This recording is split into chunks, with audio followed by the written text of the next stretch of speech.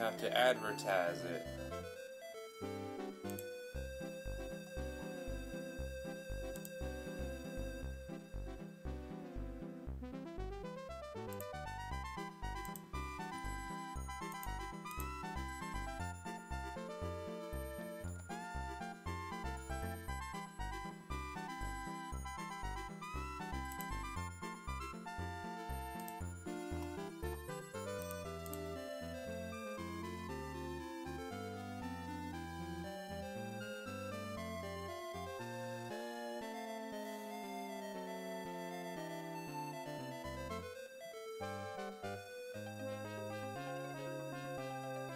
Hey, Yogi. Sup?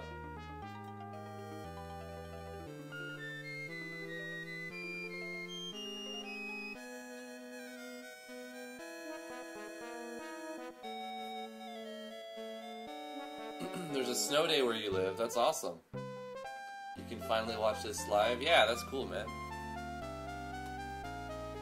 I personally like the GMS2 days the best now. I think it has something to do with the number of days I spend on everything. I only spend 1 day a week working in GameMaker Studio 2, so I'm finally like now that I'm doing that every week, I'm getting better. And like I find it to be the most fun day of my streaming. It used to be like first impressions because I got to play someone's game, but I mean that first, I guess you do so many and you lose some of the fun in doing that. I still enjoy that, but working in GMS2 is my favorite day of the week now. Thursdays. You evolved into Papa Drift. Congrats, fam. Thank you, Docweez. Appreciate it.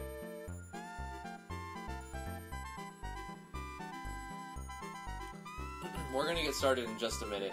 I want to jump into it real quick. Actually, I'm gonna make some coffee. So while we get some people in the chat, don't go anywhere. Don't go away. Guys, I need you to stay. I'll be right back. I'm going to make some coffee, okay?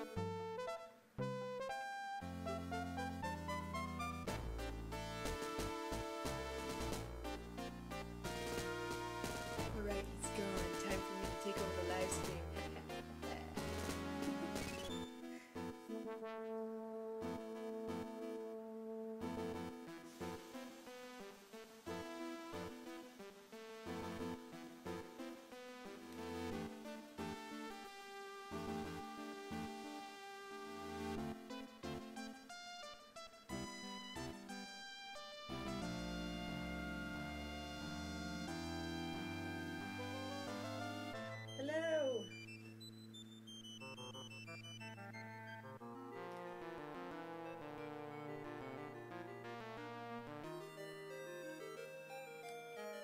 I get to stay home from work today. Yay.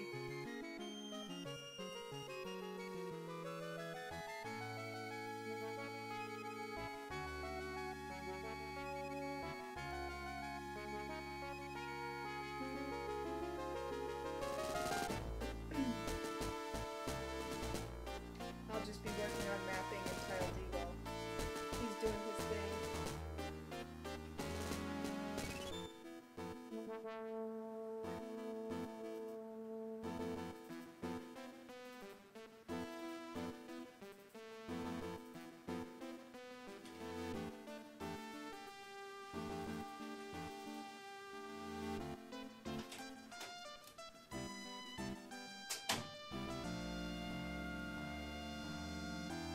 I wasn't talking to him.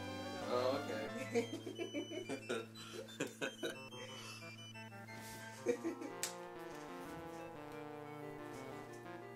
It's Mama T. I was getting coffee. What'd she say, guys? Tell me everything she said right now. They'll never tell. We're loyal. Hey, Hyper Team. Ahmed. How you doing? Alright. I want to jump right into this because Started like 10 minutes late. This coffee's got to cool down. Live full screen. How's it going, everybody? I'm Drifty from Driftwood Gaming. I finally got some rest after that crazy ordeal, turning 35 in the hospital. Check out yesterday's video if you're interested about what's going on. Yeah, today's Thursday. We're going to be working in GameMaker Studio 2. Let me know if the music's too loud, or if you can't hear it. You should be able to hear a little bit of music in the background. Let me turn it down just a little bit. Maybe it's just too loud in my headphones. Anyway, we're going to be working on a click-based first-person RPG. I guess it's turn-based, but it's a clicker type of game.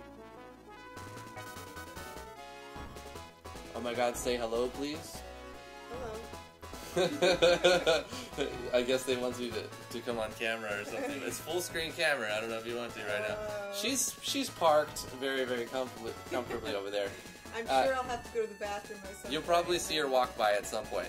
You just have to pay attention. She's gonna try to ninja by, sneak by. Anyway, let me go into the live scene here. Let's load the tutorial refresher project that turned into a free-to-play RPG that I'm gonna put out. MF Will Black coming in on the Twitch chat. What's up, dude? How you doing? I see you. Will Black says hi. Says good morning. Huh? You think it's a little loud? Yeah? That's what Doc says. Okay. Yeah, let's drop it down. It's a little intense. Yeah. It's very but you can't hear it. I've got headphones on. No habla español. Un poquito. Un poquito.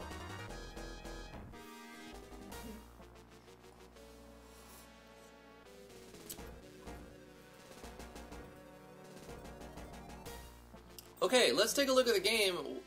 You guys didn't see this because last week's episode only got so far. I spent about 3 or 4 hours after the episode still working on it. I probably should have just kept live streaming, but, you know, I didn't want... Reasons. But the good news is I've made progress on the project, so we're a little bit farther than we were last week. Hey, Val. You guys are better? Well, I'm still extremely tired, and T's still taking antibiotics for a urinary tract infection, but she's taking the days off. She's taking today and tomorrow off of work, and she's going to see how she feels before she goes back to work on Monday. She may take more days off, but I think there's a good chance that she'll go back to work on Monday. So we're feeling a little bit better than the last couple days, that's for sure. I'm very tired still. Getting the sleepers out of my eyes. I got my coffee here, so we should be alright. Hyper Team says, Plas, you help me in my game? Sure, I'd love to help you. I was helping somebody the other day. What was he from the Netherlands? This 15-year-old kid from the Netherlands hopped onto the Discord. Links in the description if you want to join the Discord. And he's like, can I download your project so that I can turn it in as my own? And I'm like, dude, I can help you. I'll even spend time helping you. But I'm not going to just give you a project. I'm like, you're just going to have to fail your class. And he's like, no, I'll just... And he kept trying. I don't want to put his name out there, but if he shows up, then I'll you know, he'll call himself out. I was on a live chat with this guy for 2 hours, 3 hours, I don't know, to help him. I should have recorded it. That was his idea. He said I should have recorded it and make an episode where I like help people do their projects. But whatever, I'm digressing quite a bit. 2 days later goes by. He got a 7 on his test. I don't know what that means. I asked him, is that good? He said, yeah, that's good. He passed his class, so congrats to you, man. I'm glad that you didn't fail your programming class. When you get rich and famous, you remember me now. You remember me.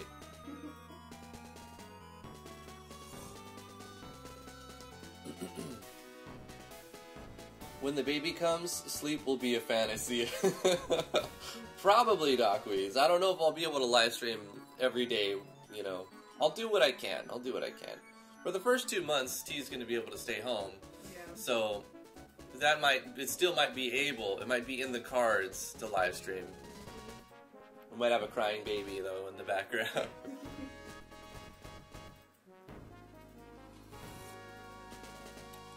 My game is in a video of mine if you want to pass it if you want to pass it to you and you help me. I'm not sure what that means. You want me to look at the video? I can later on. Sure. So I changed the font. Guys, here's the updates. I'll try to mention all of them. I changed the font and the shadowing of the health and stamina and decided this is the font I'm going to go with mainly. I know we have multiple fonts. We have 3 fonts, which is... You want to stay away from a lot of multiple fonts, but you can get away with some if you don't use it.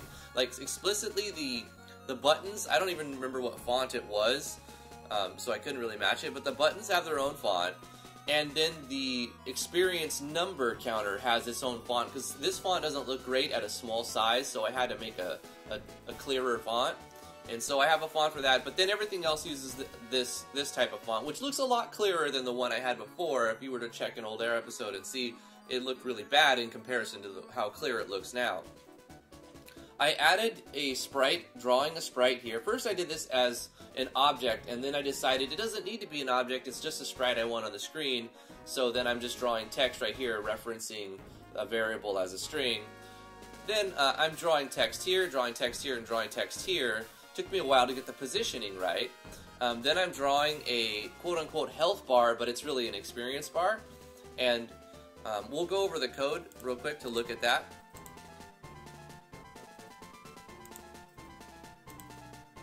Let me open up the stuff I got. I added categories. You can see in the sprites now they've got buttons, backgrounds, GUI. I've organized the project a little bit, so that's going to help me when I'm trying to make new resources and throw them in the project by just adding groups.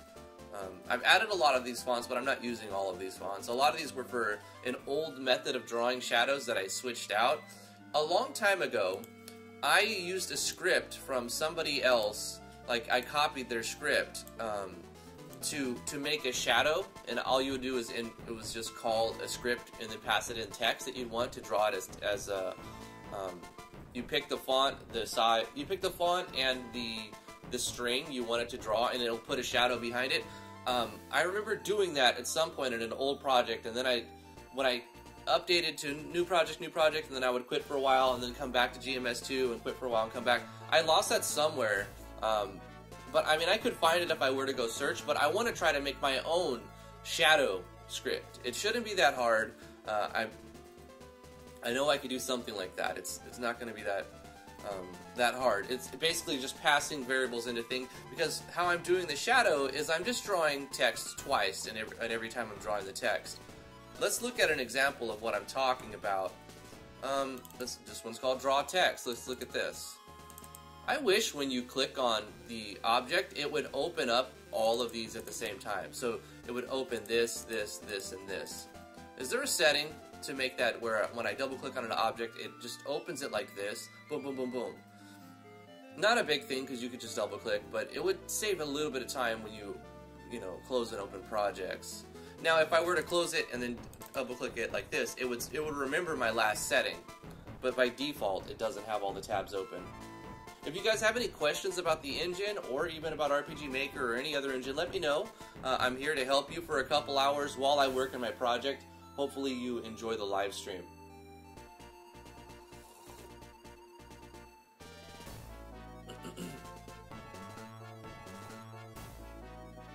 Will Black says, had my daughter about a year ago, and she's the greatest thing ever in my life. I believe you. You guys are going to love it. Doc Wee says, I've watched a few streams of people after they had their kids. It took 2 or 3 months for them to adjust. I bet it will take me a while to get used to it. You know G-Unix? It's a YouTuber who also programs and speaks in Spanish. I've never heard of the person, but that's really cool. YouTube recommends me a lot of Spanish channels, but I don't understand most of them. I understand, like, I can Google Translate. Hey!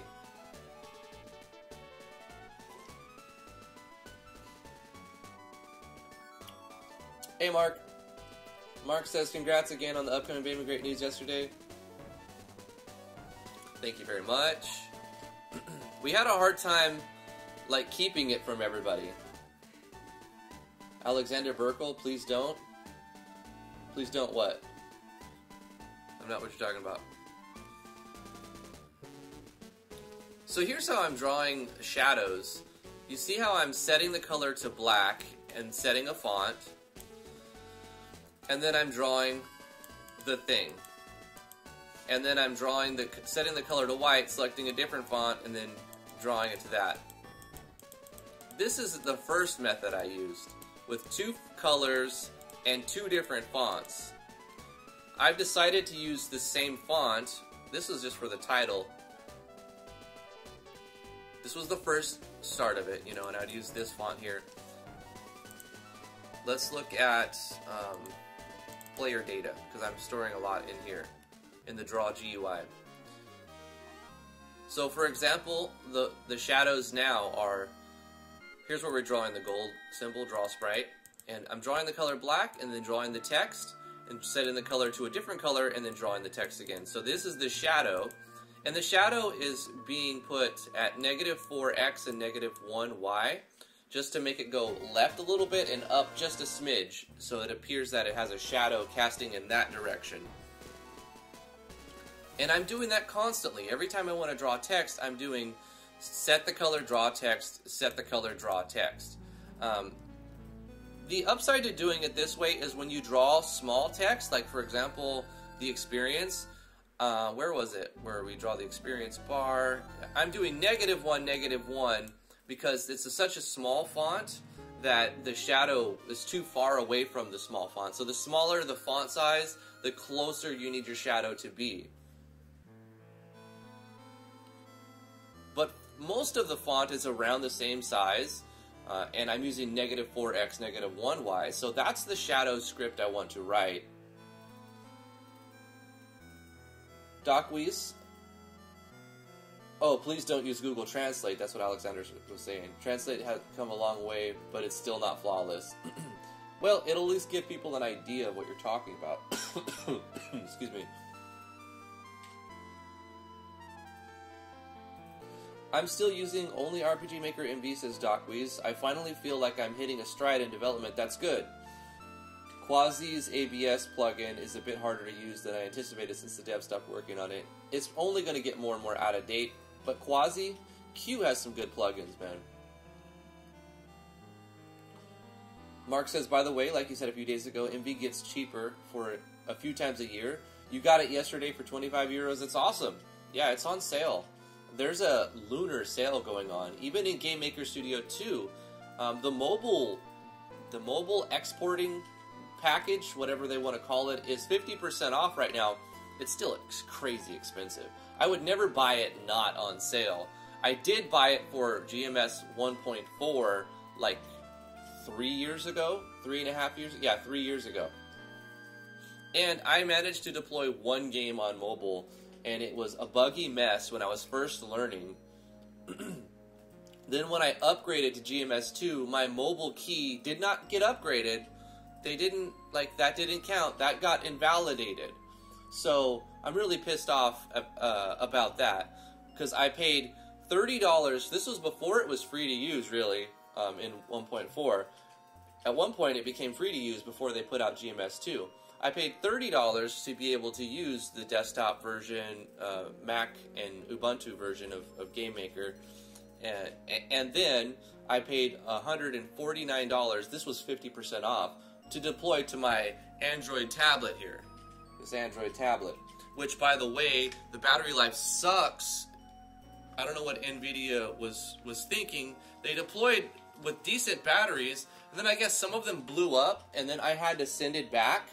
And then the one they sent me, the battery dies like in 4 or 5 hours. So they sent me like a crappy battery. Like I do appreciate the fact that they sent me a second one at a loss probably in price, but they were $300. It's not a cheap one, but it's not like super expensive in comparison to the price of some tablets. This was also 3 years ago, but I don't use it anymore because the battery life is too awful on it. I wish there was a way, maybe I can take it apart and replace the battery myself, but then, I don't know, it's not like I have a warranty on it right now anyway. Side tangent about hardware. When I upgraded from 1.4 GMS to the GMS2, I I got a 40% discount for redeeming my 1.4 key because I never planned to use 1.4 again anyway. I had stopped using it. It felt very out of date and clunky, but GMS2 feels very smooth and responsive. It still will crash at some points. The help files are really good. They're a little out of date, but they're huge and massive, and there's a ton of information in it. And if there's something that needs to be, if you see something that doesn't have a full explanation, it's always online too. But the help files are pretty good, even though they're a little bit out of date. Landon Hughes, how you doing? Can GMS2 deploy to mobile better than RPG Maker? Heck yes, Docweez. Deploying to mobile on GMS2 is much, much easier than deploying MV. You still have to learn how to do your SDK and package everything. So there's a bit of a learning curve to it, but it's nowhere near as complicated as it is getting an MV project on mobile. However, mobile comes with the standard MV, but it doesn't come with the standard. It doesn't come with the GMS2. You have to buy it as a $300 package, which is crazy. It's 50% off right now, so it's $150, but that's still a lot on top of the price that you paid for the desktop, Ubuntu, whatever. Like, it's $100 software, and then a $300 mobile package. So if you wanted to get it without any discounts, you pay $400 to get GMS2 to deploy to mobile. Crazy price. Is it worth it? I don't think so, unless you plan to have a studio and like you're going to do this as a career, really. As a hobby, I don't think it's worth it. Now, is it worth it if you get the stuff on a discount? Like right now is the Lunar Sale, 20% off. Yes, it's worth paying It's worth paying the $79, the $80 for the software to have forever for Windows, Ubuntu, and Mac. They keep updating it. They're very active in their studio. They're not going to make 3 and make 2 obsolete for a long time. So I do recommend picking this up for $80 for that version. You can get a year license for $30, but I don't think you should do that unless you're going to just get it for a class and you just need to pass a class and then you don't care about it. That's the only situation where that would be valid, because in a year from now is when you're going to probably get good at it. It's going to take you a year to get even anywhere, or unless you do it every day, and then it'll take a matter of months to get better. But you'll always be learning, hopefully, and after a year you'll probably be able to do something. Max Stardust has followed. Thank you so much. Appreciate that Twitch follow. If you want to head over to all the people who are watching on YouTube, I'd really appreciate it if you head over to twitch.tv and hit that follow button. You can subscribe, but you don't have to do that. Just I'm trying to get the follow number up a little bit. That'd be great. We hit 12,000 subs on YouTube, but I think there's only like a couple hundred followers on Twitch. We're just starting the Twitch thing. We're getting those Twitch gears twitching and moving. So Doc Wee says, hey, I'm going to stick with MV, lol. Then the next thing I need in my game is a way to do Resident Evil style inventory.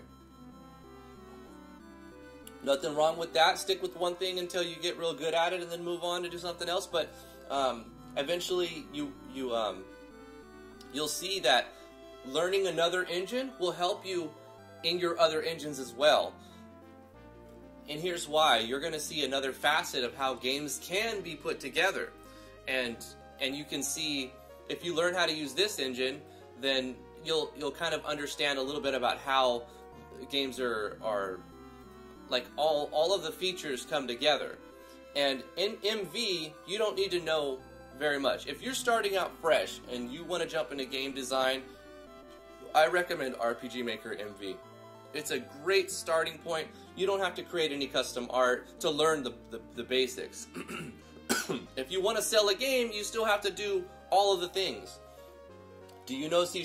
Very little. I used Unity. I used C# with Unity for a couple of months. I was like really heavy into it, and I was like, yeah, I'm going to use Unity.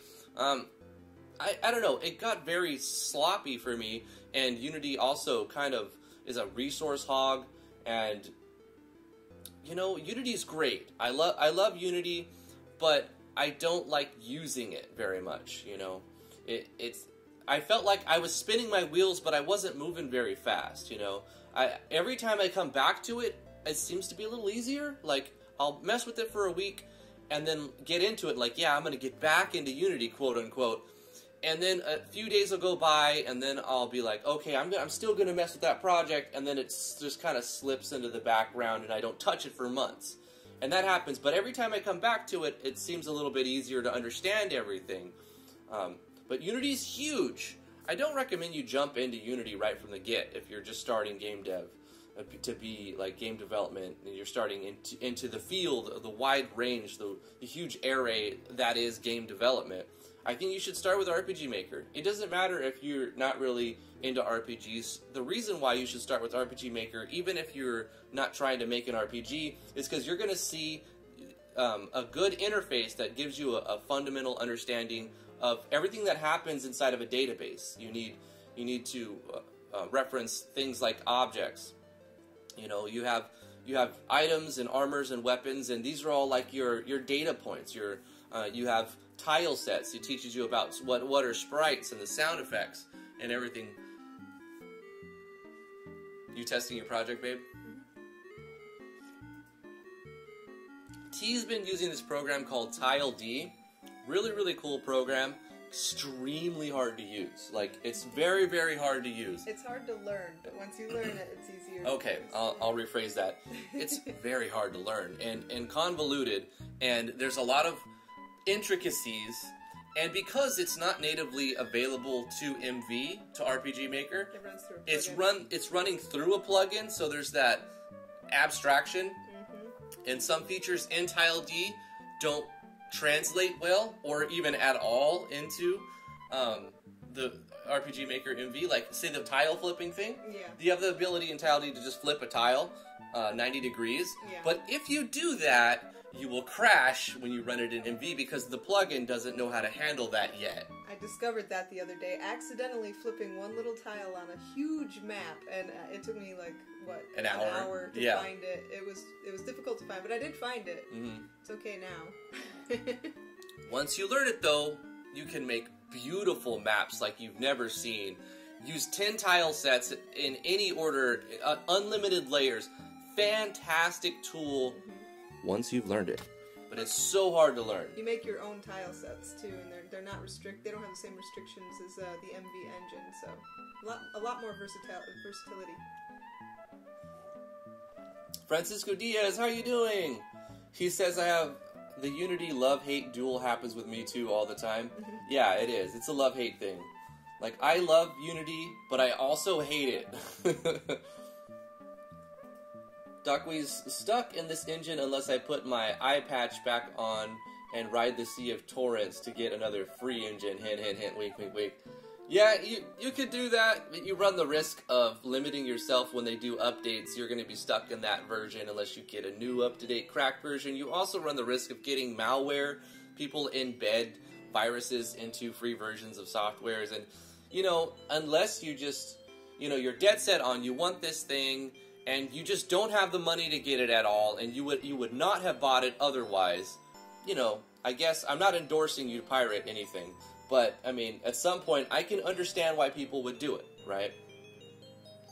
I was helping somebody the other day who had a pirated version, and I'm like, yeah, you know, if you encounter bugs, it may just be because the pirated version isn't compiling it right, and you could be doing everything correct, and it's just like a bug inside of the cracked version.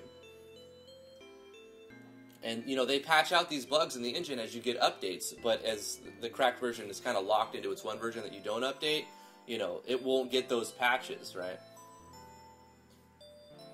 You're learning about Godot? Now, Godot is different.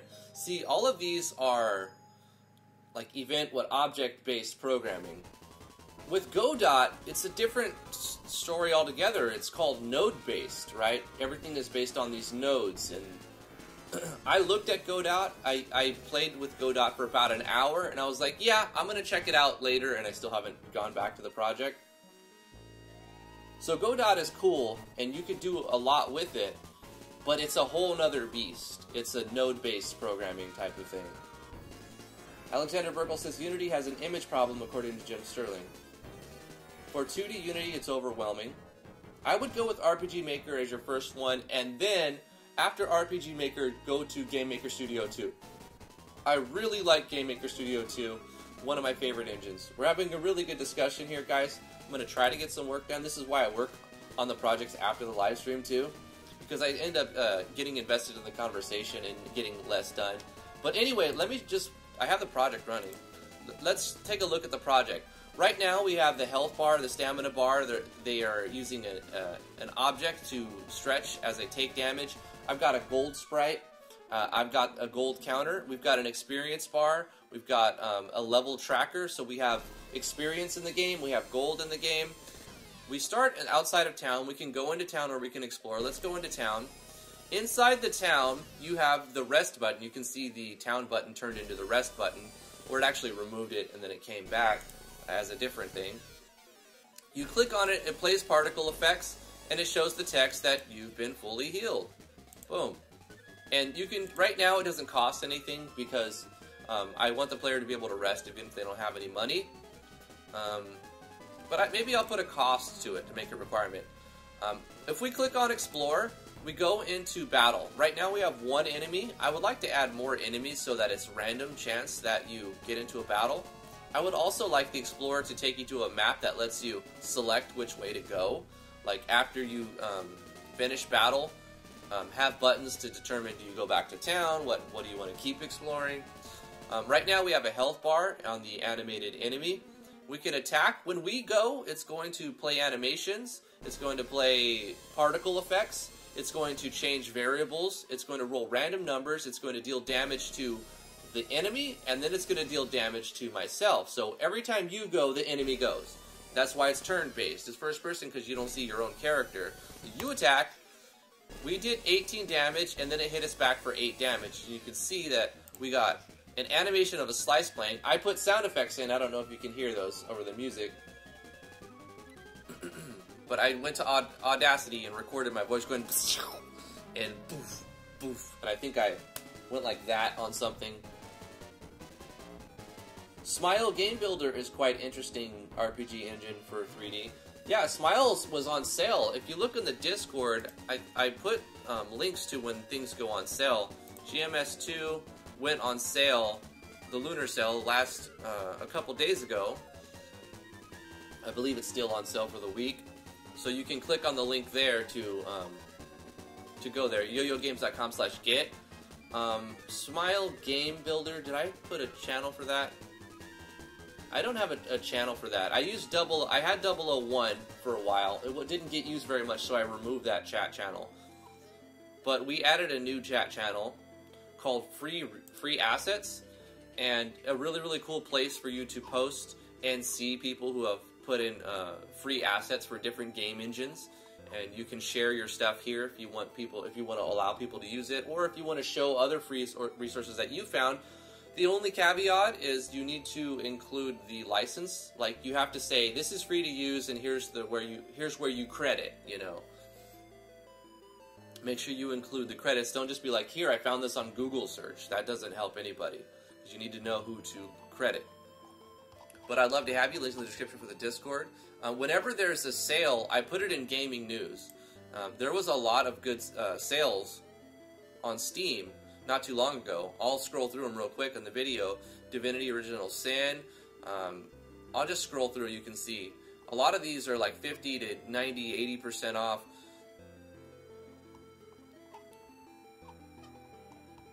These are just some of the picks, the games that I thought were interesting. I already own a lot of these games, but they're on sale for the lunar sale, so check out that if you're looking to get some of these games. Now's the time to do it, because they're like 80% off on some of them. So when we finish the battle, we attack, we deal damage. If we take damage and die, let's do that first. If I press D, I've got a debug, you know, like a controller thing. So I'm taking 20 damage by pressing the D button, boom, so that I can see game over.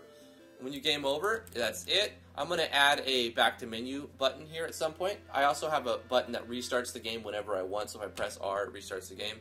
If I left click, it changes the font and everything. I can left click to spray particle effects. We were messing around. This was the first thing we did. Press any key to continue. We could go to town, or we could just straight up explore without having to go to town. Let's attack, and this time we're going to kill the sign. The evil sign. I don't know how. When you kill it, it says you gain 10 experience and 8 gold coins. That's randomized. You get between 5 to 10 experience and 1 to 10 gold. And you can see that the experience bar moved, and the number down here for how much experience we have also went up, and the coin counter went up. So we can continue to explore, or we can go back to town. Let's go back to town and click on the rest button. You see when you rest, your HP goes back to full. We'll explore, so we'll attack. So this is the core game loop.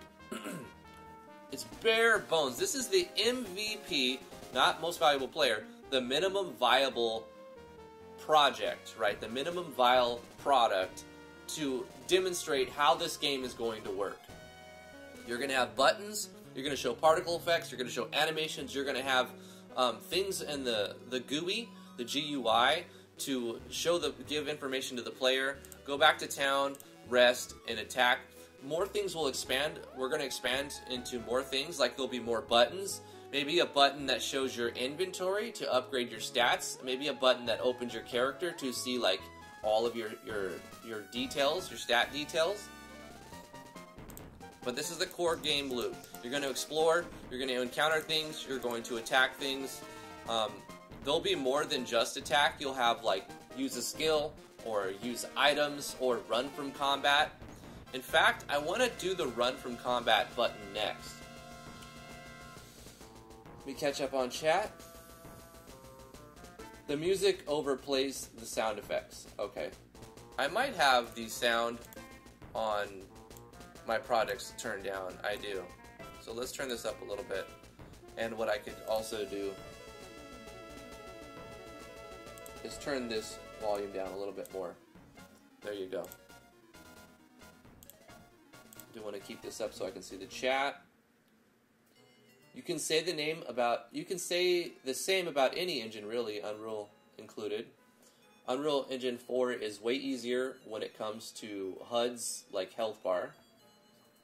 Francisco Diaz says, I have Construct 2, MV, GMS2, and now jump to Godot. The paradigm shift from event-driven to node-driven is the main change, but when you start coding in GMS2 using only the step event and ignoring the other events, you're ready to go.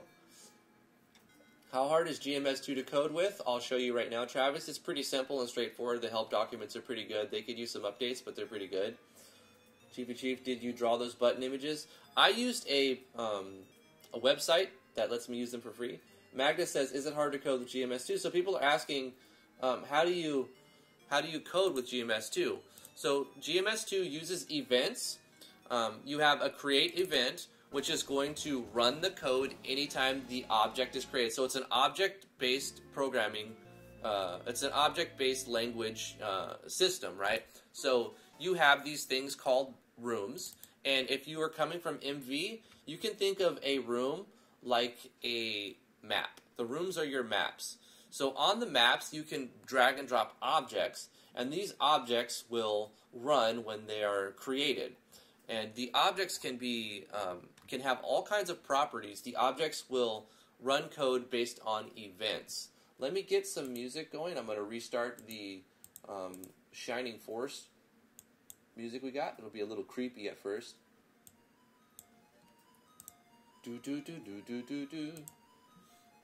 So let's look at some of the code to give you guys examples. It's really simple once you understand how events work. So we've got rooms, which are the maps, and then we have objects. The objects in MV are like the events. You have events inside MV, but I'm trying to translate this. From RPG Maker, the room is a map, and the objects are events, but in GMS2, the objects themselves have events. So if we click on, like, the player data, you can add events right here. This is the name, this is the image that you want it to have, and this is the collision mask, like if it's going to collide with something. You could pretty much leave all this blank from the start. You can just decide if you want it to be invisible or visible, and if you want it to be persistent or not. Persistent means once you create the object and put it on the first. Juan Valdez, thank you so much for that subscription. Once you put the object on the map, if it's persistent, you don't need to drag and drop that on every map. And I'm saying map because I'm talking to people who maybe know RPG Maker. In GMS2 they're called rooms, so I'm going to call them rooms now. You don't have to drag and drop them to every room. you can just put them in the first one that's loaded and then check persistent. It'll stay there. The player data will exist in the game until you destroy it, with just one line of code, instance _ destroy. You can make it a solid object if you want to just draw a box and make it so the player can't walk through that. And you can have, there is a physics engine inside of GameMaker Studio 2. I don't recommend you use the physics engine until you've made a few projects without using it, and then you can try with the physics engine. It's a little bit more complicated doing everything when you're using physics, but it's very, very more easy to understand in a pixel-based movement type of thing without using physics. So you have events, parent, objects, the physics, and you can define variables. For the most part, the only thing you're going to do with your objects is give it a name and assign it a sprite. So you create sprites up here by right-clicking, and you create another sprite, and then you assign it. Like say, hey, I want this to look like this, if you want it to be the character. But not all objects are going to be objects that the player sees. This is an invisible object that's going to store data for us. So let's look at some of the code. The code, now that we've looked at the first part, the code exists inside of the object's events. You have different events for, the events are like the timing, like when do you want this code to run? So the create is going to happen, it's going to run all of this code as soon as it starts and it exists. Like as soon as this thing is created, it runs this code one time and one time only until it's destroyed and brought back in. It will just remember this one thing. So what we're doing in the create event is we're defining variables. I'm turning on a switch right here. All of these names are completely arbitrary. I can make a new variable. I can call it banana, banana, B-A-N-A-N-N-A, banana, equals true. Now all I did was create a new switch instead of going into your game variables or game switches and assigning it. You know how those names are arbitrary? You can call it whatever you want. You're just referencing the number. The same thing is true here, except you don't need to reference a number. I'm making a new variable called banana. It's going to store a Boolean value, true or false, to true. Now I can reference this object's Boolean value to set conditions if I want to. So what am I actually doing right now, instead of just a hypothetical example? I'm using a switch called GUI display, just a name I made up, and I set it to true because I want to be able to toggle when certain things are drawn to the screen. And this is going to let me manipulate other timings, right? So this is going to happen one time. How do we change it then? If it's only going to run it once, hey Borobi, if it's only going to run it once, how do you check it again to change it?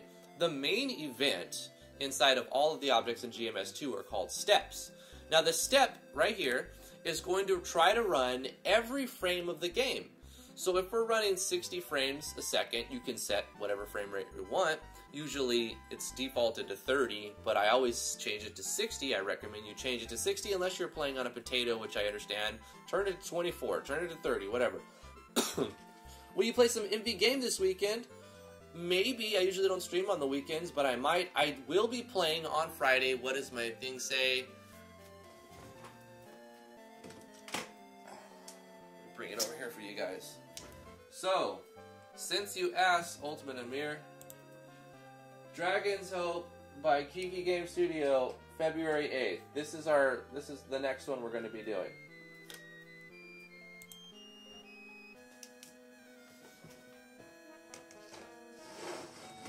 Get back on the wall. Thank you. Yeah, so we'll be playing some MV games, Ultimate Amir. Friday is when I do my first impressions video, so first impression tomorrow, I will advertise it on the Discord, links in the description.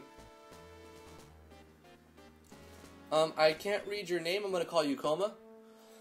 Coma says, hi, what do you think about using Delta Time? Is it better than not using it? Yeah, Delta Time is good if you're trying to, it depends, you know, when you need to track something in real time, you could use time.delta time. I did that a lot in Unity. I haven't used Delta Time in GMS2, but you can. It does store I think maybe it's a constant Delta Time. Maybe it's time _. So we have date, date time, string. We have date time of, date time string. Let's do time. We have timeline. Yeah, there's a built-in variable called delta time. So if we reference delta time, it will. You can't use delta time to be an accurate, like if you're going to do like, maybe you're using Node.js, right? And you're running a server with Node. And you need to reference a timer. Like maybe you have like a stamina bar for something. And you need the stamina bar to be referenced. You could use delta time to make sure that the stamina bar is accurate.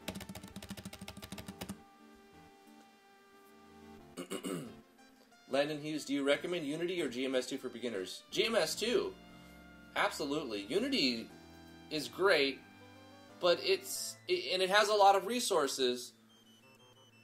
But I don't know. I think GMS2 is a lot easier to wrap your head around. I highly recommend GMS2 over Unity for beginners. But I have GMS2, but need the mobile exports, whereas Unity, that's true. Okay, Landon, it does depend, right? Are you trying to make a 2.5D game? You could still do that in GMS2, but it's also, if you make a 3D game with a 2D locked camera perspective, you could do that in Unity easier. The biggest bonus that Unity has going for it is you don't have to pay anything to use it. Here's the downside. If you do make a game that makes over, I forgot how much money, but thousands of dollars, if you make a certain amount of money, you have to pay a percentage of that money to Unity. Like, you owe them money. They get money. They will sue you if you don't pay them if you make money with a game using their engine.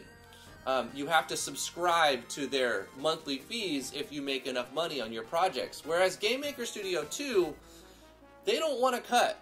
They want a set amount of money to use their software, and there's no royalty fees. You don't have to pay GMS anything. If you make $1 million on your project, well, all you paid was the $80 for the license to use it forever. And for mobile, it's $300, but right now it's 50% off. So if you want to export to mobile, wait for a 50% off sale. They do it a couple times a year. It's actually happening right now for $150. I bought that one time for GMS 1.4. I don't know. I jumped the gun on it, though, so make sure you're ready to do that for real before you drop the money on it. Because story is, I bought it for around Christmas time for $149. It was half off, and it was the last day of the sale, and I kind of impulse bought it. I made one game. It was just a joke game, and that was it. And so it wasn't. I didn't get my money out of that package. So if you need to export to mobile, and it has to be mobile, and you don't have the 150 to 300, depending on the timing and the sales, to drop on the package, you could go with Unity. I mean, it's unlikely that to be honest, it's very unlikely that you're going to make enough money on your game to where you have to pay them. But when you do hit it, they're going to want a chunk. They're going to want that money. Better believe they'll sue you if you don't pay them. They've done it. So I recommend GMS2, but there's nothing wrong with going the Unity route.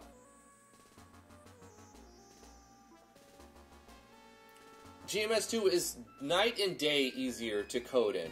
Unity, you really need to know C#. They say that you could use JavaScript, and I went into thinking I was going to be able to use my JavaScript stuff from MV.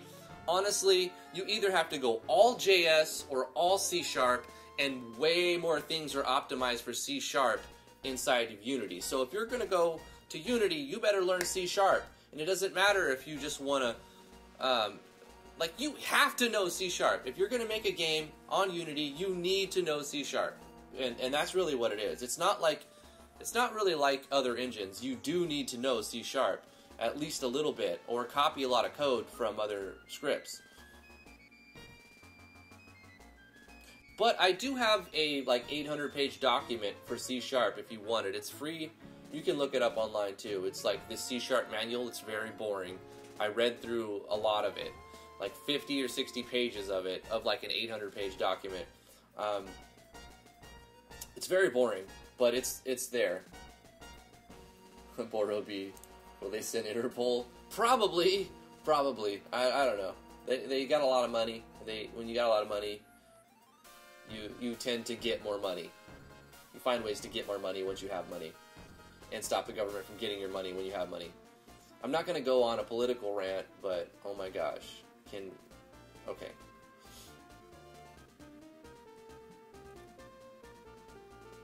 Landon says, I'll stay out for the exports. Yeah, I would. I mean, it's not a bad idea. If you can't catch it on this time, keep learning about it. And then maybe next time it goes on sale, you'll be really ready for it. It's still on sale for $150, but I would say make sure you know the game a little bit before you try to put it on. I wouldn't recommend your first game go to mobile. Try to make a game right here on the PC, or if you're using a Mac, right on Mac.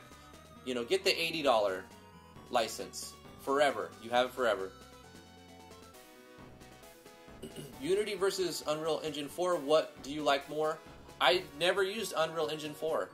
So I'm going to say Unity because I've never used Unreal. But Unreal could be better. I don't know. I know Unreal looks a little bit better. Just from looking at pictures of renders, I like Unreal's rendering a little bit better than Unity. But Unity probably has more tutorials. Magda says, guys, need to go. See you. Take care, Magda. Have fun. Landon's going to stick with 2D. Yeah, I like 2D. I'm going to stick with 2D for a long time. Morekong Moore. Dude, what's up? I haven't seen you in a little while. A little bit late. Congratulations, Drifty. Soon you'll be a father. So glad for you and T. Thank you. I appreciate it. Boro B. I'm from another country. How will they sue me? They have access to get you in other countries. They'll just sue you in that country. Unless, I don't know, I'm sure there are a lot of countries that they can't reach you, but I'm sure most of them they'll be able to reach you. If you're making money and you have a business in that country, they'll find a way to get to you. They'll sue you in that district or whatever. Magda says congrats. Thank you, Magda. They'll find a way. I'm curious. I don't know, look it up, Moro. I'm not a lawyer. I don't know. But you better believe they'll come after your ass. If you owe them $50,000, $20,000, $10,000, the less you owe, the less likely they're going to care. But if you even owe them $1, you're on the list of people who are not paying what they owe. Do you use VSync in GMS2? You can. I've never personally set that up. Maybe I'll make an options with it. I probably should check that out. You can go to the help file. If you hit F1, it loads the help file. And then you can search in VSync. So we have some built-in stuff. Display get timing method. And this is basically going to be your display catching your refresh rate, probably.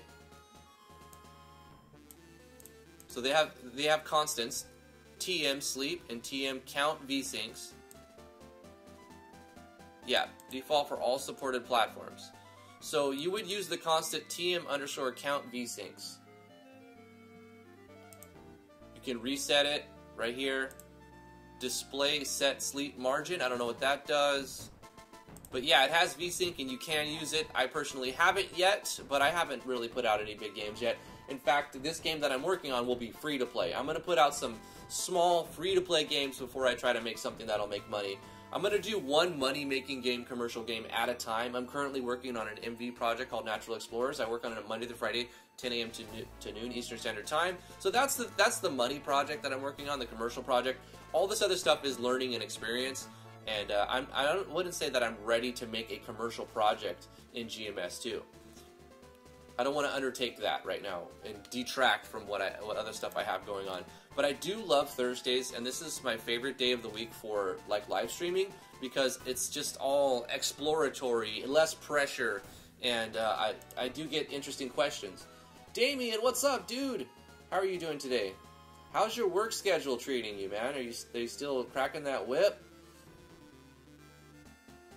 I hope they're giving you some more time off, Damian. They want you at all hours, and they need your soul.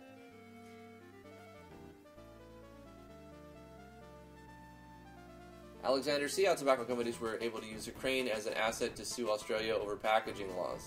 Yeah, I mean, lawyers will find a way to get your money. The Unreal forums are a good source of support and brainstorming. That's good. Do I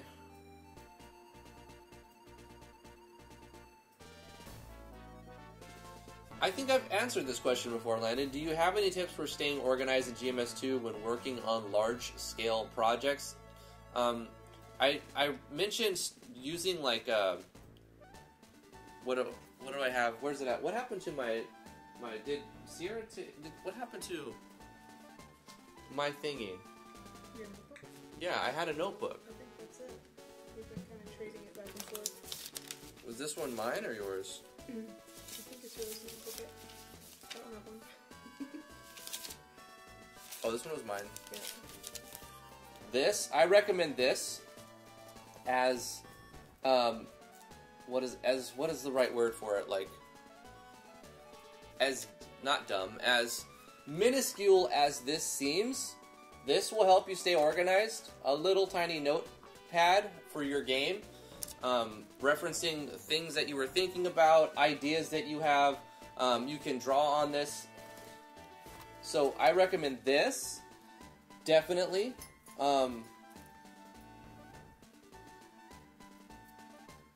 A flowchart. What was that program? That flowchart program?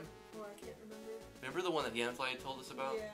There's a flowchart program. I'm sure there are many flowchart programs, and that you can write down all your objects and how they interact with other objects.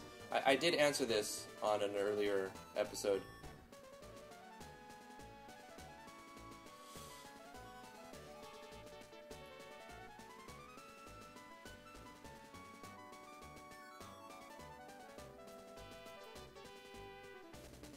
Orobi says he's gonna make games hiding in the jungles like a Colombian drug lord. Well, the thing is, if you're going to be connected to the internet, they're going to be able to eventually find your location. You can run, but you can't hide. You should try to separate logic along a lot of small scripts you can use. It's a good idea, Francisco.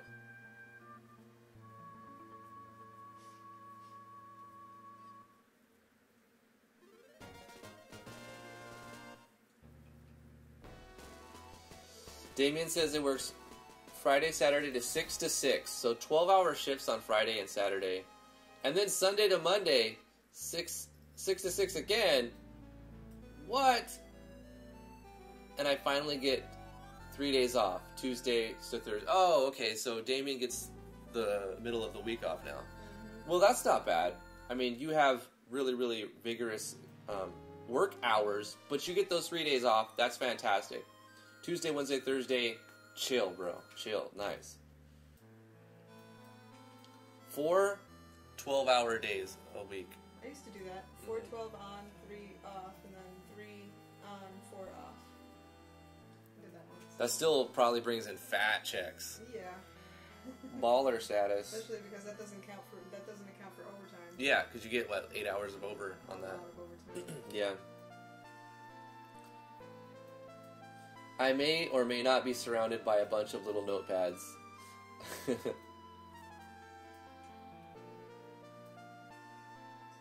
Have you ever played Undertale? I have seen a lot of people play Undertale. I own Undertale. I think it's a fantastic game. I love the soundtrack. I never personally played it. But I almost can say I have, but I can't. Because I've watched full playthroughs of it. I've seen pacifist runs. I think it's fantastic. Toby Fox made $13 million off of Undertale. Nice. You know, he made that himself. He used GameMaker Studio 1.3, I think. Or 1.2, 1.3.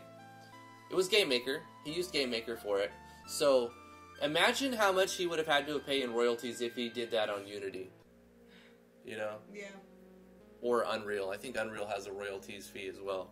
But he used an engine that he knew he could pay for, and he wouldn't have to pay any royalties on. What about your game? The chat really distracts a lot. You are absolutely right. This is why I work on the project 2 or 3 hours after I finish the live stream. because it just won't go anywhere. So, you know, the last live stream, I added a bunch of stuff. I showed it in game what I added, but I'll go over the code for the stuff that I added. The experience. Okay, so I was talking to Magda and some other people about how they work. The step's going to run every frame of the game, so it's going to try to display all of this. It's going to try to do all of this every frame of the game.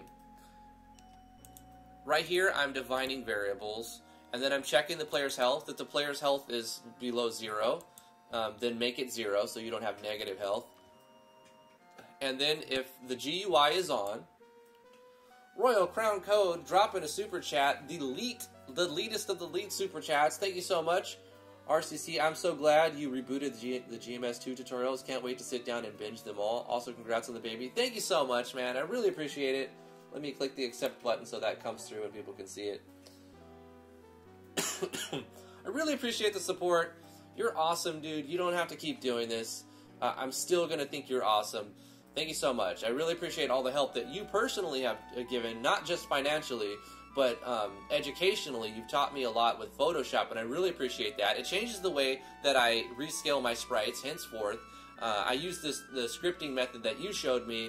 I zoom out and in because of the way that you showed me how to do it. I'm sure you learned from somebody else, but you're the person who showed me, so I really appreciate that, Royal.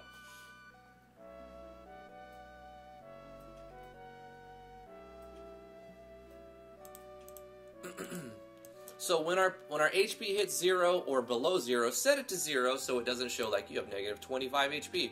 And then if the GUI is on,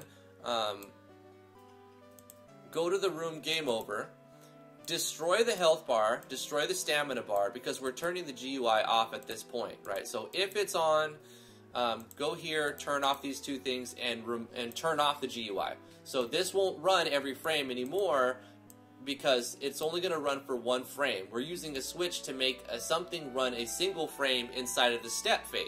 So that's how we're setting up. That's why we're setting up the Boolean value right here. So when it's referenced in the step, it knows what it is. We're saying it's true by default, and then we turn it off if we die. Landon asks, what's your favorite feature from GMS2 that GMS 1.4 did not have? Oh, that's hard because there's a few of them that I like. I'm going to say my favorite feature, if I was forced to pick one, I'm sure this will change later on. But right now, the layer. It has an official like layering system. You can see all of your layers. You have your instance layers, you have background layers, you have tile layers, and you can... So they remove the code, they remove some functions, right? And then they replace them with multiple others. So they remove instance create. It used to be instance create X, Y, and object. And you could put it on whatever depth you want. But they removed instance create, and then they added instance create depth and instance create layer. I think instance create depth already existed, but most people probably didn't use it that often. They would just use instance create and specify depth. I'm not sure, but whatever. They removed one, and now you have two options. You can put it on a depth using an arbitrary number, how far along you want it to draw, and or the way I do it is with layers. I use all of the layering system functionality to the most I can. So you can move around your layers by dragging and dropping them like that. So if you want something to draw on top of something, you don't have to manipulate numbers any longer. You just simply say, I want everything that I'm putting on this layer to appear in front of this, and everything that's on this layer to appear in front of that, and then in front of that. So you can say, particles go on top, and then buttons are on top, buttons behind that, and then it's like you set your background layer, and then you have a second background. You can have as many as you want, as far as I can tell. And then you have where most things are created, and then another layer for where things are created on top of that, and then buttons will be on top of whatever's there, and then particles will draw over those buttons. And I can have it like set up like that so everything looks the way I want, and I don't have to think about, okay, this was on layer, this was in depth 17, so I'm going to put this on depth 18. You don't get rid of all that. So the layering system makes it visual, right? You have this little thing right here that you can just say, move everything around however you want. You can create as many layers you want. So the layers, one of my favorite things. That might change because I also like the, as far as what's my favorite, I also like the new sprite creation tool. So this is all new right here. You move it around like this, And you have all these different things, but check this out. Like, if I wanted to make, I think in one of the tutorials it shows something like this, a better example, but I'll give you, like, this is a cool way to make your animations. Let's just add, I don't know, like 10 frames. Okay, I'm going to click the play button, and I'm going to draw an animation in real time. So I'm going to draw like this. Right, and I'm clicking and I'm holding, and as it's going, it's adding it where the mouse is at every frame. And I can change this size and go like this. And I'll change this size and go like this. And now I'll change to maybe a different color. Let's change this color. And we can get very, very detailed with the color and just change the saturation or the hue or you know, giving us a different.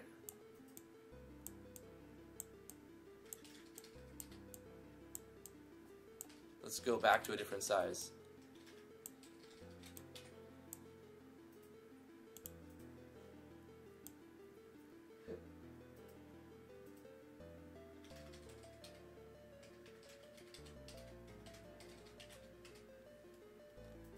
So I'm making an animation in real time here. So this is a really cool feature.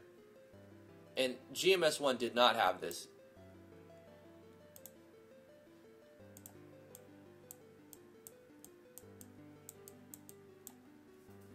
And you can see we made like a fire animation. And we could even get a little bit more. They did something in the tutorial that was like erasing parts so that you can, it looks a little more natural, less circular.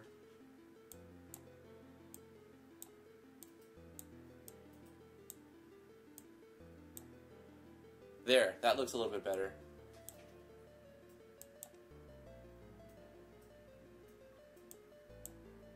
Right, so we made a fire animation like that. So that's another one of my favorite things. It's hard to say what exactly is the one favorite thing. The layering system or the animation right now. One of those two is really cool.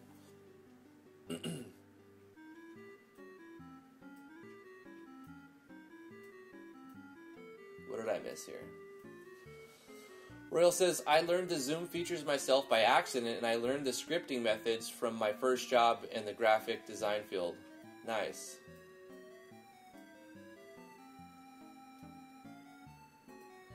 Doc asks you, have you ever seen or messed around with creating a GUI for a Resident Evil style inventory system in RPG Maker? That's something Doc's been having some trouble figuring out.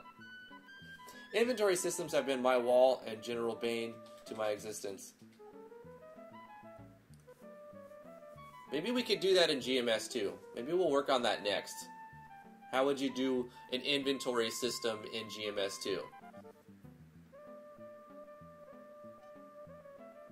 Landon's gonna go work out. Take care, Landon. Thanks for coming to the stream. Appreciate it, man. Is there drawing programs that can do something similar?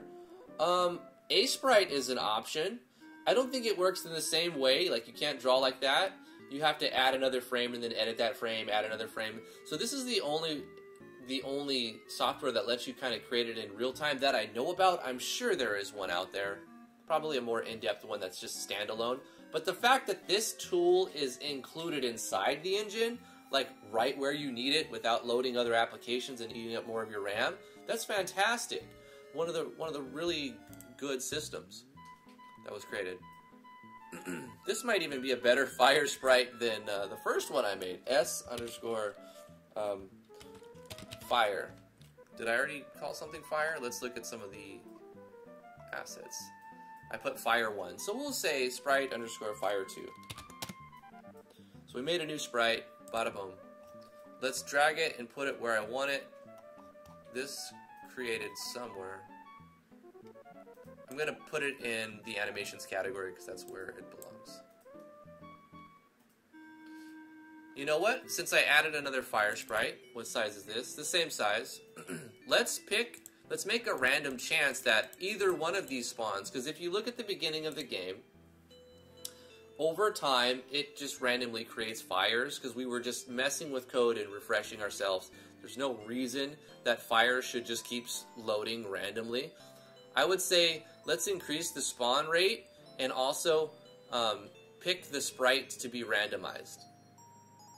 So where does the code, I think it's for text something. We got to go to our object and find where we have the code for this. The step, create an alarm, instance create layer. We're creating fire 1. Here's what we're going to do. Instead of defining this as the name of an object, we're going to create a variable. Let's see if this works. This may not work. We're going to create a variable and we're going to call it object, or we'll call it fire picker.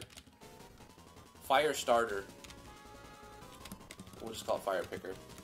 Fire type picker equals not random range.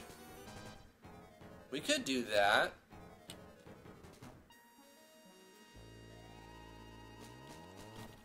Random range, we'll say between 1 and 2.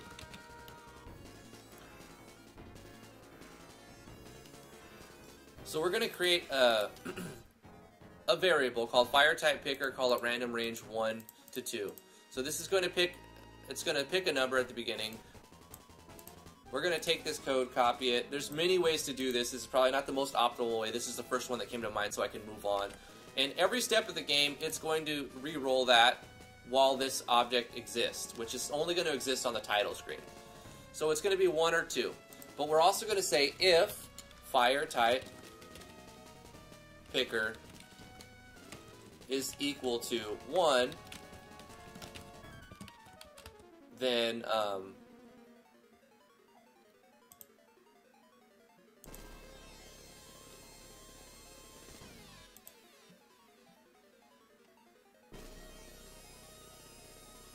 because I'm referencing on the alarm, oh, fire 1.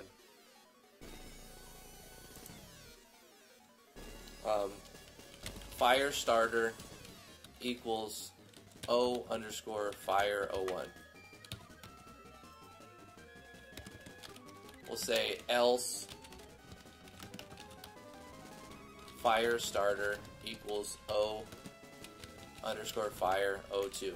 I don't know if this will work because we're setting the value of a variable to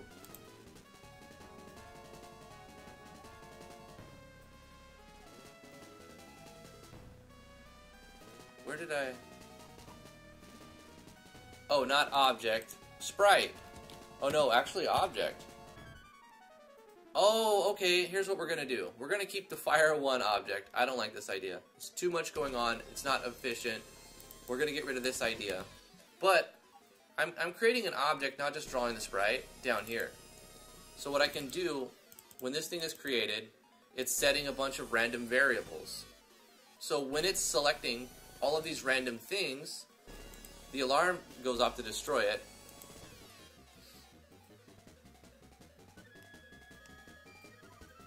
We can say image sprite, image index. Can we change the, how do we change the sprite that it's being used? This image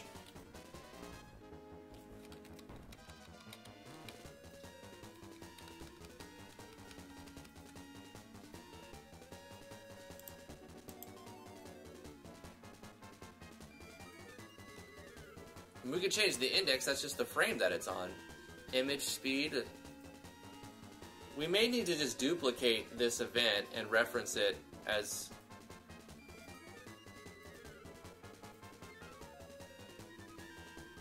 pick 1. Is there a way to set pick 1?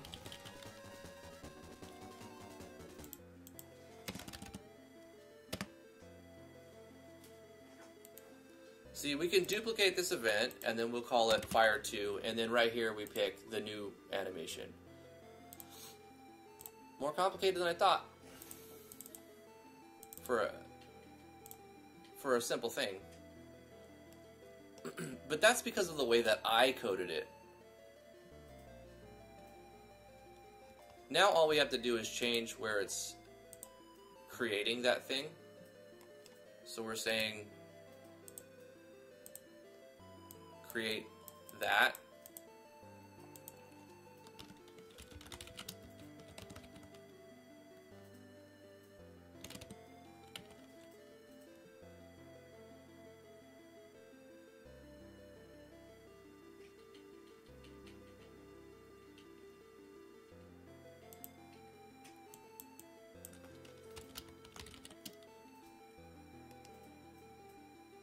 This is only for returning a number, a real number. We don't want it to really return a number. Well, we can, but then we have to reference... We still have to reference the object name at some point. Oh, I know. Why am I making it complicated?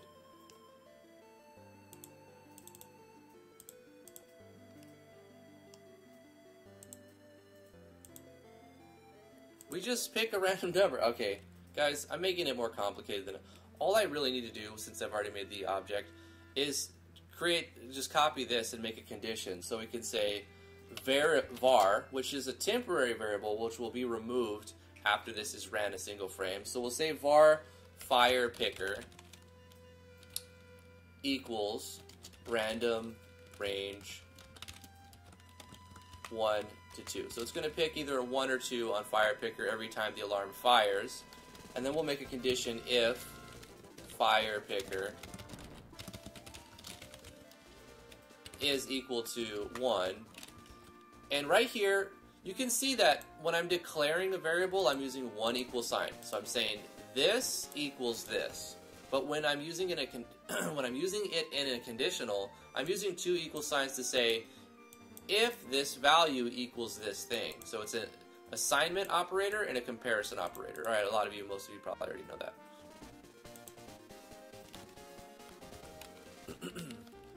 Else, we can create this same thing, copy it here, paste it here, and then just change this to 2. And it should also get rid of fire picker after it's done with this, and it won't need it to be in memory. It's just a temporary variable. That's why we declared it as var. So you have global variables, you have local variables, and you have like temporary variables.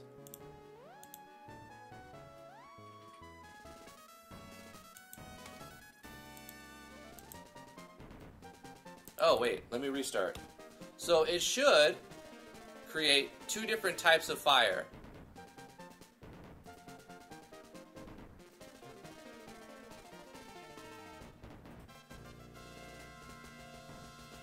All it's doing now is creating the second type, isn't it? Which looks a bit better. But I want it to randomly create both of them. So why is it only picking one?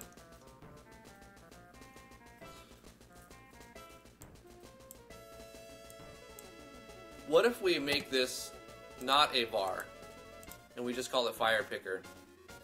Is it going to say fire picker is undefined? Maybe, but then we just add it to the create. Oh wait, restart.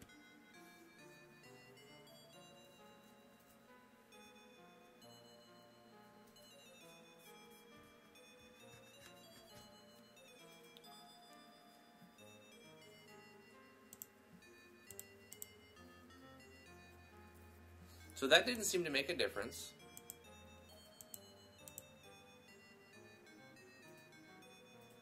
So it's never becoming 1. It's only taking the else handler each time.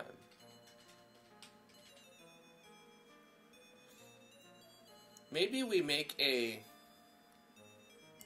Let's set this... It doesn't need to be set every frame, though. I don't want to put this in step because it doesn't need to re-roll that.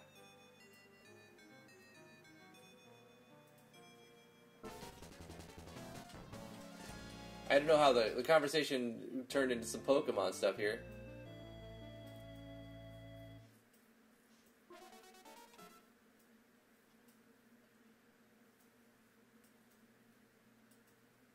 Doc Weeze says, though, to be honest, I hate Path of Exile's inventory size because I constantly feel like I have to warp to town over and over to look what I want. Yeah, to loot what I want. That's true. Drifty, you're burning the whole forest.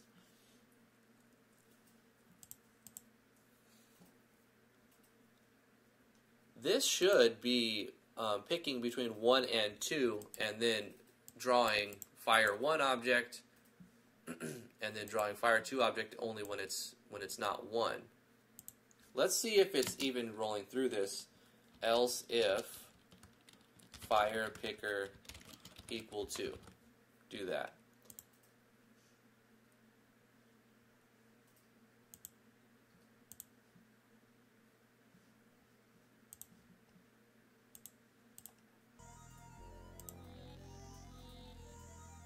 So Fire Picker is not actually doing anything. And it's surprising that it doesn't crash if it's not being initialized. Or if it's not like in use, right? So what if we go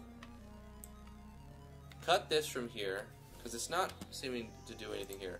On the create, let's go and put it right here. Fire Picker, create a random 1 to 2. And then what if we put it up here?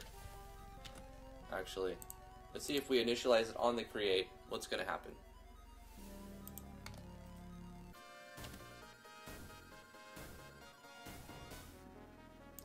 What's going on here? Fire Picker.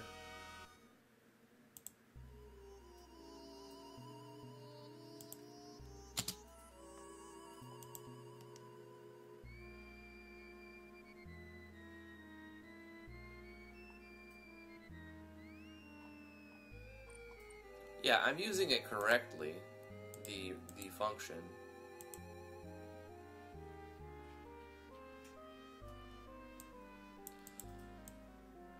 Just doesn't seem to be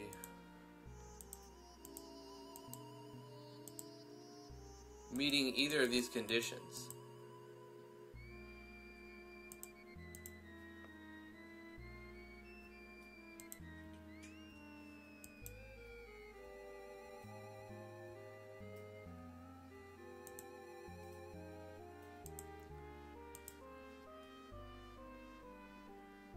This is strange because it should work.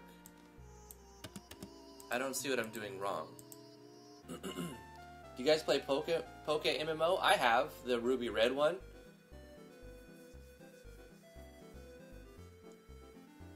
I spent a little time on it. It's actually not too bad. Not too bad. I haven't played it in a while though. Are they still updating that Poke MMO? Chiefy?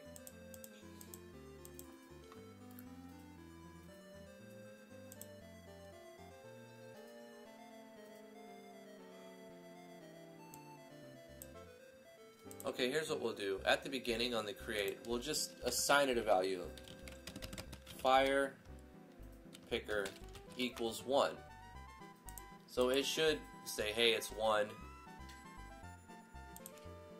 Create fires. But it's not doing any of that.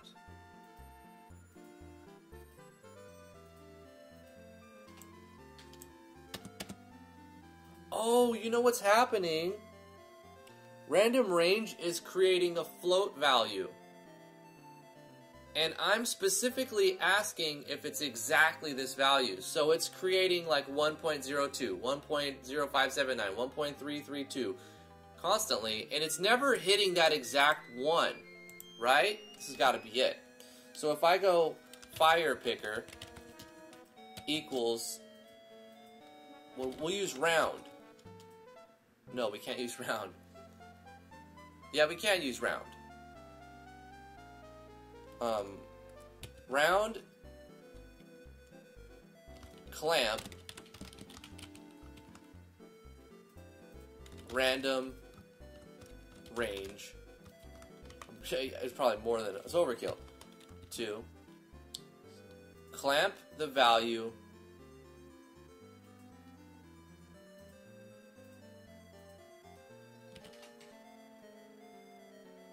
Minimum 1, maximum 2. And round it to that. Okay, now, what I'm saying here, which I shouldn't need this here, but we'll leave it, just define it to 1 to begin with. We're saying round a number that can only be between 1 and 2. We'll start from the center. It actually reads from here first. Pick a random number between 1 and 2. It's going to pick a float value. And it's going to pick between 1 to 2, but it could be like 1.359, 1.7666, whatever, you know. But when I say clamp it, it's going to say, make sure that it doesn't go below 1 and it doesn't go over 2, which this is unnecessary, really. But then I'm also saying round. This is using banker's rounding. So if it's like 1.3, it'll be 1. If it's like 1.7, it's going to go to 2. Now it should work, I hope, I think. Let's try it.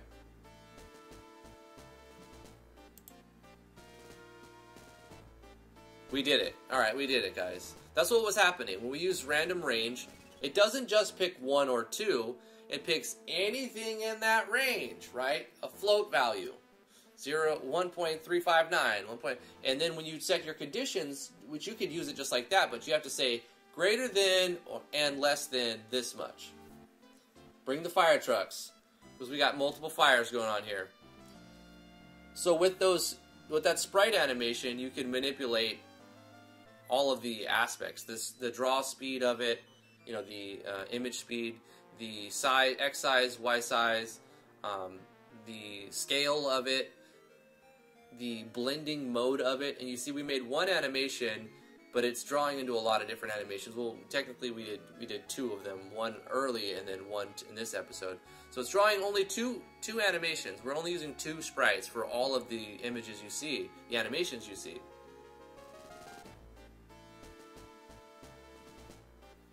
Everything's on fire. I like the new one.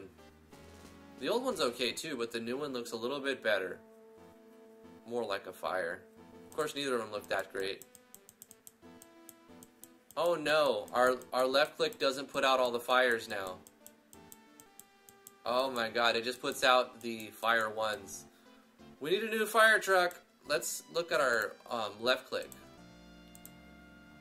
Somewhere on our step, if we're pressing mouse button right, nothing's happening on our step. So let's delete this, right? Check every frame of the game to do what? If we press the mouse right button, but nothing's happening, so this is not needed. Let's just delete that event.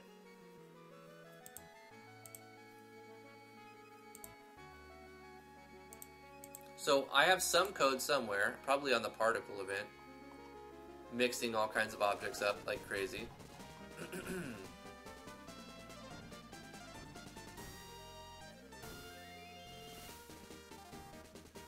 Pop out particle. If these particles get off the screen, destroy them so we don't have a memory leak. Where is the thing that's causing us to... Is it in the controller?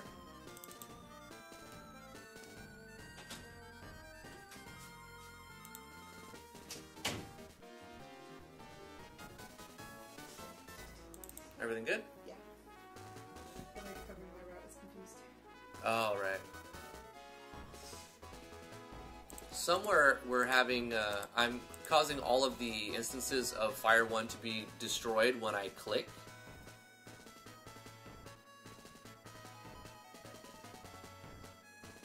We need all of our water Pokemons to use Water Gun and serve.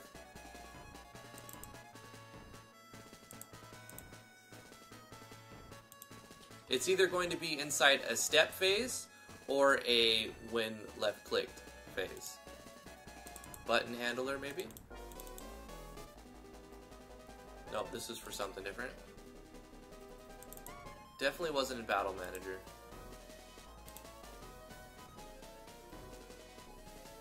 It was something early on. I think it would be like draw text or something.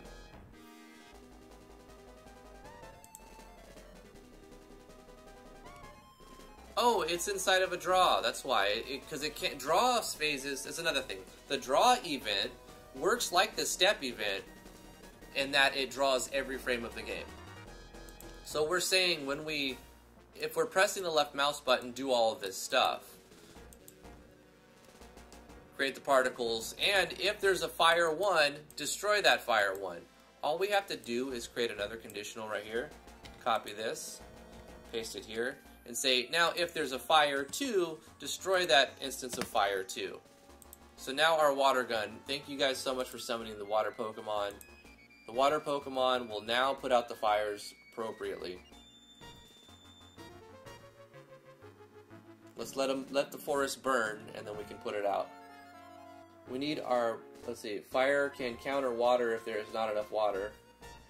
You making a map for drift?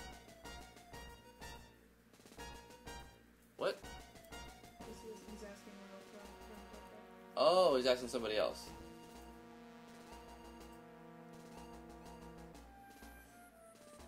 Royal says, the real reason I came to the stream, I wanted to check into the progress for that drifty map. Ah, the world map. That's the world map inside of Natural Explorers RPG Maker MV project. Docweez is making a map that you can look at when you go to like the tutorial zone and you see the big thing on the wall, and you can look at it and it shows a graphic representation of the world map. Water Pokemon! Summon your water Pokemon! And it works. Okay, it works fine. Attack, attack, attack, attack, attack, attack! Town. Rest. Explore. Attack, attack, attack, attack, attack, attack, attack. Get that experience and gold. Go to town. Rest up. Explore. Attack, attack, attack, attack, attack, attack, attack. Down. Explore. Attack, attack, attack, attack, attack. So we need to... Let's level up. Let's see if it works. I think it works. I think I finished it last time I was messing with it. Okay, we're getting experience. Go to town, get rested, explore, attack, attack, attack, attack, attack, attack. Go to town, rest up, explore, attack, attack, attack, attack. Well, you level 2. And every time you level, you see the experience goes up. It costs 20% more. So that's the curve. Whatever it costed last level, it costs that much experience and times 20%. So it incrementally gets harder and harder.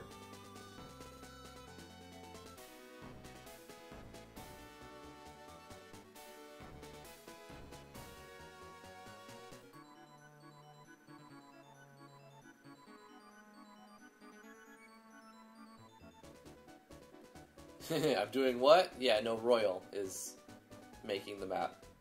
He already did it. He already started. He has the most up-to-date version of it.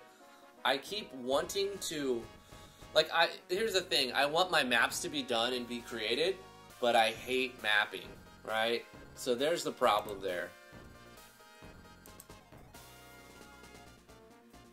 And there's like 2 or 3 streams that have gone by where I'm like, okay, maybe I could just update the world map now. And then I think of anything I could possibly do to not map, and I find that to be more appealing than mapping. And that's just gone on for a long time. Next week, I absolutely need to update the world map a little bit and then shoot that over to Royal. And not only that, but I need to create 10 different maps for the forest. 10 different forest maps.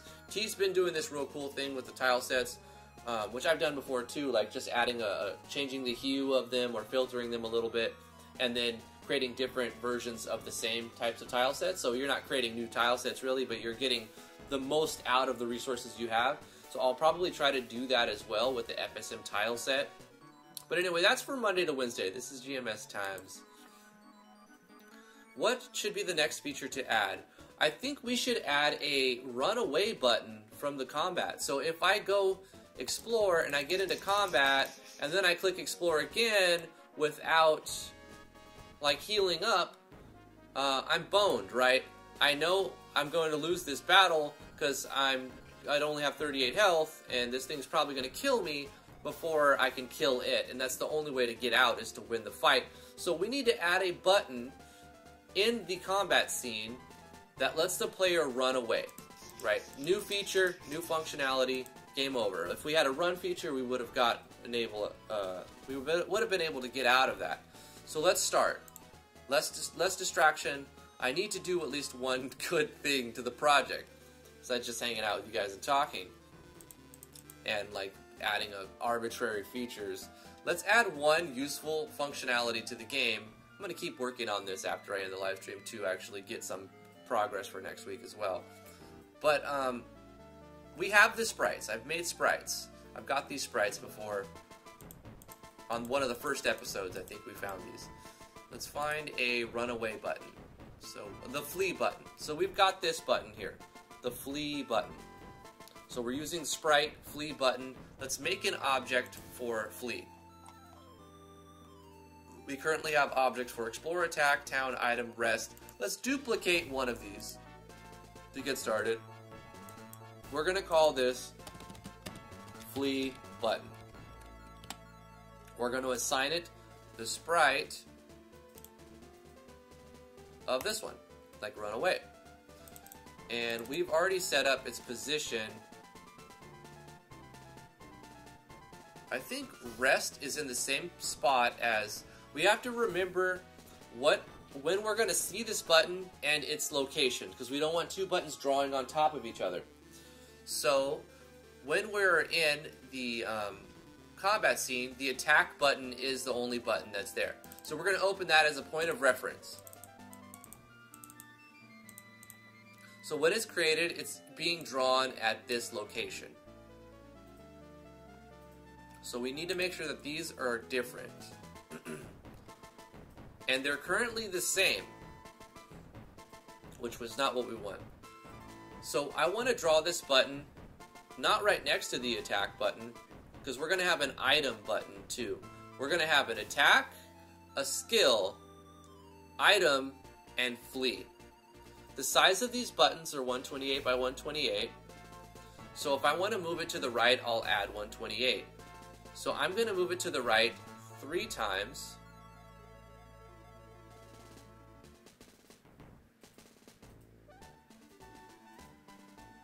Actually, there won't be room for that. I'll put it underneath. I'm just going to put it underneath the attack button. So you have attack and then flee underneath. To the right, you'll have skill and item. So you'll have attack, skill, item, and then underneath that, I'm going to put the flee button. So we know the size of the Y value of this button is 128. So we'll take whatever Y value the attack button is, and we're going to add 128 plus an 8 pixel buffer. So I'm going to say 64 plus, and by adding to the Y, it's going to move it down. I'm going to add the buffer, and then I'm going to add the 128 size. So it should be underneath it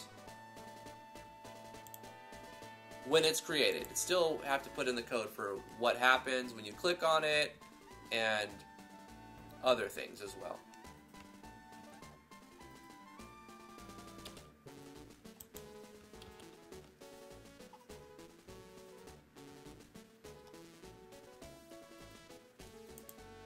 I kind of want to make all of my font size bigger for you guys to see. Let me spend a couple minutes getting this figured out. I want to update just so that every font we see is just a little bit bigger. So for the purpose of showing you guys the code, it's easier to see on like phones and stuff.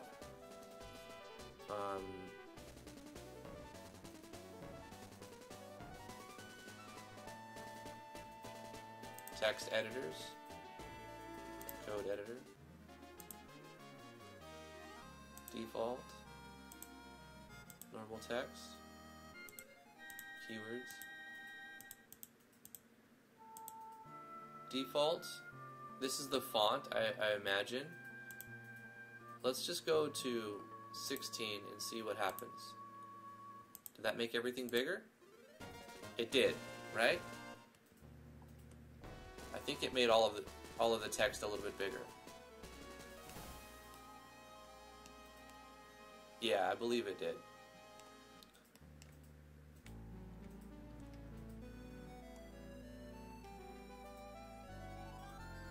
Let's see, if I were just to bring this out.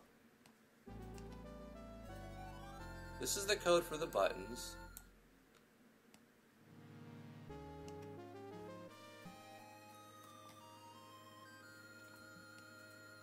Doesn't need to be that long. Have to be able to put it on screen like that. So when we check that we're clicking on a button, there's a lot of stuff that has to happen. Let me go over this line. We're checking the mouse X position, which is where the mouse is at on this in relation to the screen, the actual box, the game box.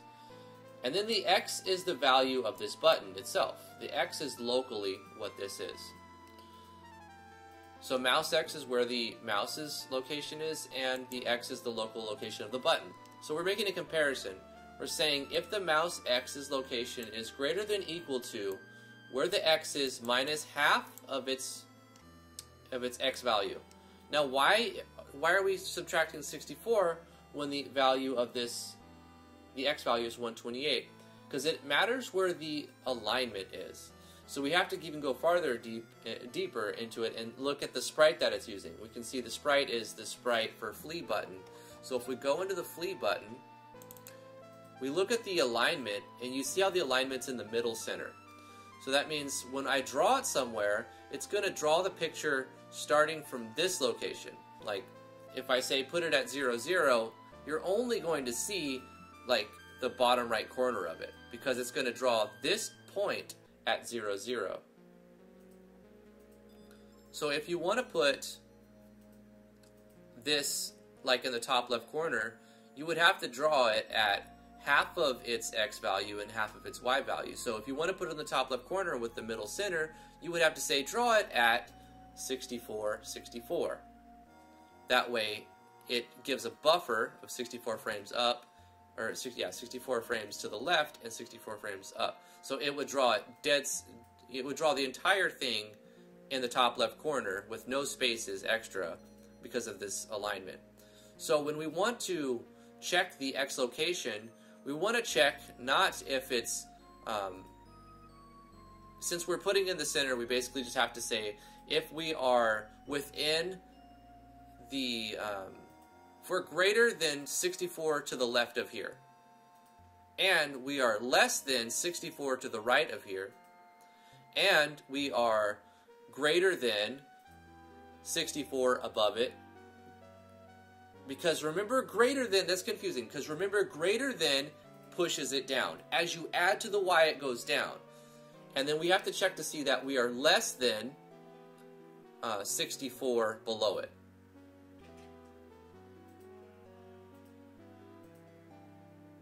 Less than 64 below, right? It's confusing and it's counterintuitive sometimes, but that's how it works. It's actually, thinking about it in this manner, when you understand how it works, it's easy, but you can get twisted up quite often. X and Y start at 0, 0 in the top left corner. Where is it at? Top left corner of your screen. As you add to the X, it goes across the screen like that until your max resolution. So if you are drawing something, and it depends on your resolution. If you're using, say, 1280 by 720, if you draw something at 1280 by 0, it'll be up there. Now I'm inverting my angle because I'm looking at the camera. It's reversed. And if you draw something at 0, 0, it'll be right there in the top left corner. If you draw something at 0, say 720, it's going to be all the way at the bottom. And if you draw something at like 1280 by 720, it's going to go all the way to the bottom right corner and draw it down there. So once you understand that, then this all makes a lot more sense, right? So we know our alignment is in the center.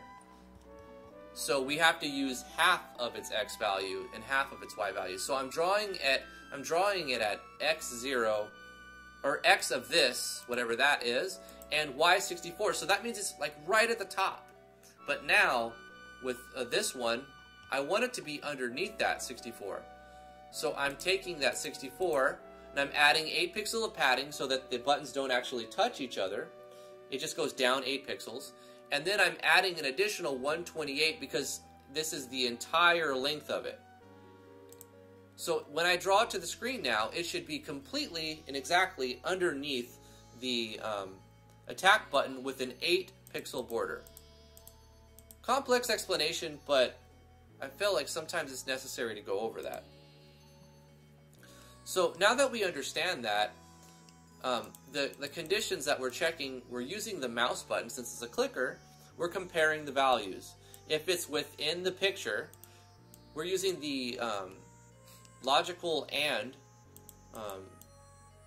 operator, I think. So we're saying and, which means both of these values have to be true in order for this whole statement to return a true value.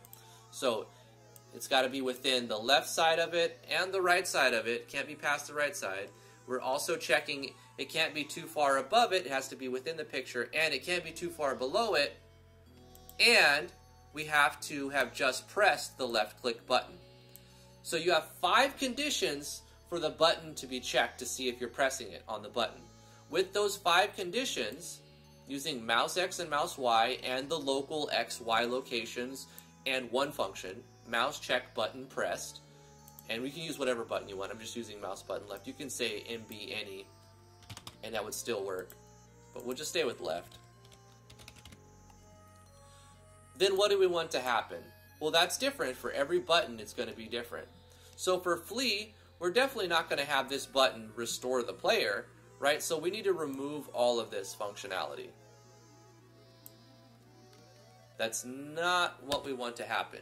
When we press the flee button, what we want to do is make the player run away, right? So if we click on flee, the player is going to instantly exit combat. Now, if we had a little bit more complexity, which we don't need at this point, we can roll a speed roll, like make an arbitrary value on the player data and put in like player speed and have every enemy have an enemy speed and maybe add a random value, right? And we would compare those two values with a dice roll, a random number. And then the outcome would determine if you lost your turn or if you got away, which I will add later on. But right now, we want to keep it as simple as possible. We're just going to let the player run away. Like, hey, that's a sign. I shouldn't have too much trouble running from a sign, right? So we're going to say room go to. And this is just a function that changes the player's room. And where do we want to go? We want to run back to town. So let's go to the rooms and look at our options. We have room town and we have room victory, room game over. We could go to the victory screen and have it do something different with a condition. I'm going to make it very simple. Room underscore town. That's it. We could have a sound effect play. In fact, we should do that. We'll play a sound effect. So we'll say audio, play, sound. And let's import a sound.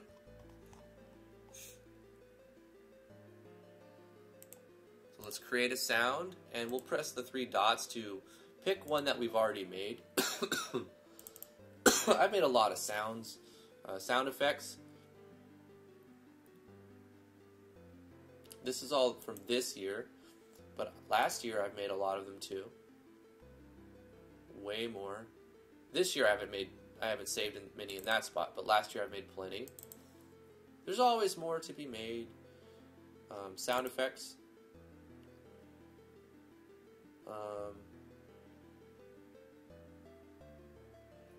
Arrow release.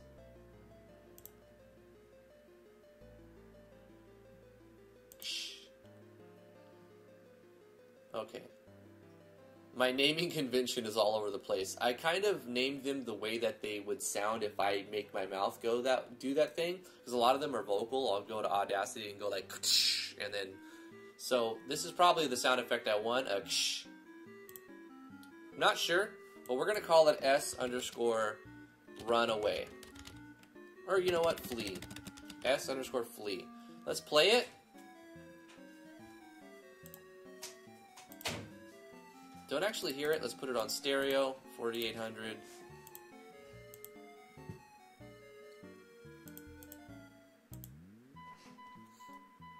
Do I have this muted or something?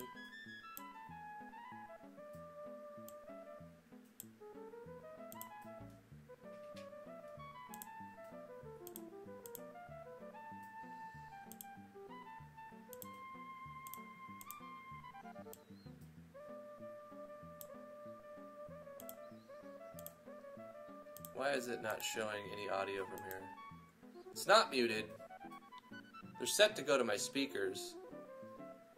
Why those are here, I don't know what's going on. But we'll have it play and we'll see how it sounds in game. So we have a sound effect. Oh, right. The reason why I'm using SFX is because I'm using S to determine the name of a sprite. It's a naming convention thing, which I'm always changing my naming convention. I already want to change it again. Without having to use underscores so that I can capitalize the first letter. But I've already set up my naming convention. I don't want to rename everything. That'd be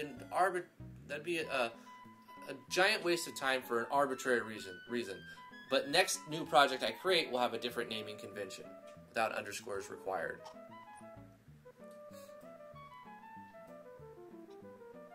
Am I a full-time game dev? Yes and no. In the summer and the spring, I do a lot of gardening work. And I'm about to have a baby. Or my wife is, rather. But, so that's going to take a lot of my full-time schedule. I create content, like tutorials. So, no, not really a full-time game dev, just a part-time game dev. But it does kind of consume a lot of my day. And when I'm stuck somewhere, I'm reading, like, these sort of things. I recommend. Just these O'Reilly books are great. The pocket references are good. Cookbooks are great.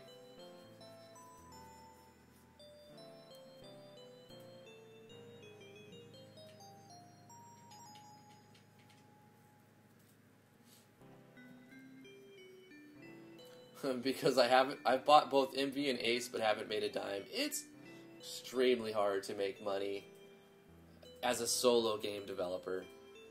It's really, really hard. Even if you put in the hours and produce a game and put it on Steam, there's no guarantee that you're going to make money. A lot of them don't even sell, like, more than a few copies.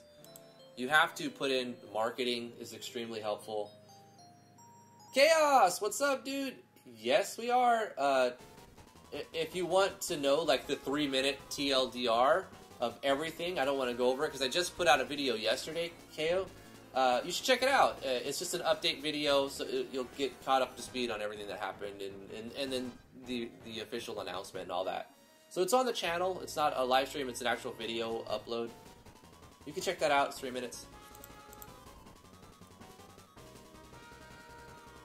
It's good to see you, man. It's good to see you. I want to finish this button before I finish so that I can say that there's progress. So we're having the player go to town, but we're also going to play a sound effect. So the sound ID is the name, so SFX_flee. We just imported that sound effect. Priority is an arbitrary number. The number that you're putting in is like a greater than value, and the higher the priority, the more, I think it works this way. The higher the priority, the more likely that the sound won't be muted or cut out when you run out of channels or too many things playing at the same time. So you have like 10 sound effects playing at once. The highest priority ones are the least likely to get muted when they're all played. In general, you won't have to really know or do anything about that. Just put 10 for all your sounds. If it's like a warning, you're about to die, maybe give it a higher priority. And loop is for playing music. We definitely don't want your sound effects to loop, so you want to set that to false. You could also use 0. It'll still register as false. So we're playing a sound when we click on the button, and we're going straight to town. That's great and all, but we still have a couple of problems. The button's not going to know to draw itself there because there's nothing that's creating this object yet. And the button's not going to know to disappear either when we go to another room. Like, we don't want to have the flee button in town, right? So we need to... I've already made an object to handle buttons. So we're using controller events, and I'm using I just arbitrarily named it button handler. So what we're going to do is copy this conditional. This is inside the step, so it's checking every frame of the game. It's inside of a persistent object, like it's created at the beginning of the game and it's just always running. So right here, we're going to call this flee button. So if flee button, which is a variable that I've already created here, and I actually made a script to remove all of the buttons every time we change room. Because I'm using... Rooms have this thing called creation code. So when the room is created, you can have stuff happen, right? So I'm calling a script when we go to this room. Anytime we go to this room, without having to put an object in it at all, it just runs this code whenever we go to this room. And I'm saying, run this script that I created called remove all buttons, and then with the object, turn on switches that will toggle buttons. Before I jump out of this part, I need to update the actual thing. So I said if flee button is on, then if flee button object exists, create a new object. So if the flee button does not exist, right? So the exclamation point means not. So if the flee button, excuse me, this is only for, we don't want this, since the step base is happening every frame of the game, we don't want to create the object 1,000 million times on top of itself over and over every frame. So we need to say, if it doesn't already exist, and the flee button is turned on, which means we want it to appear there, then create the flee button. So instance create layer, which we have over here, and we're putting it on the XY of this object, which is arbitrary because when we create it, it's assigning its own XY, so we can just put 0, 0 there. We pick the layer, or the button layer, and we're saying, what object do we want to create? We want to create the flee button. Now the object knows to be created when the switch is turned on. Now, one more thing to look at that you may be confused about is, what was that script that I had to make all them disappear? So this is a simple script. We're using a with. It could be handled better, but whatever. We're using with. Now, if you're using strict coding, like in JS, with does not work. You cannot use with if you're using like ustrict, EC, ES6 code, or even ES5 of JavaScript. But in GML, you can use with to refer to an object. And since this isn't running every frame of the game, you don't have any problems using with. The button handler is the object that we have. It basically turns all of the buttons we have off. So if we create a new sprite and create a new button, we need to go in here and create a new variable.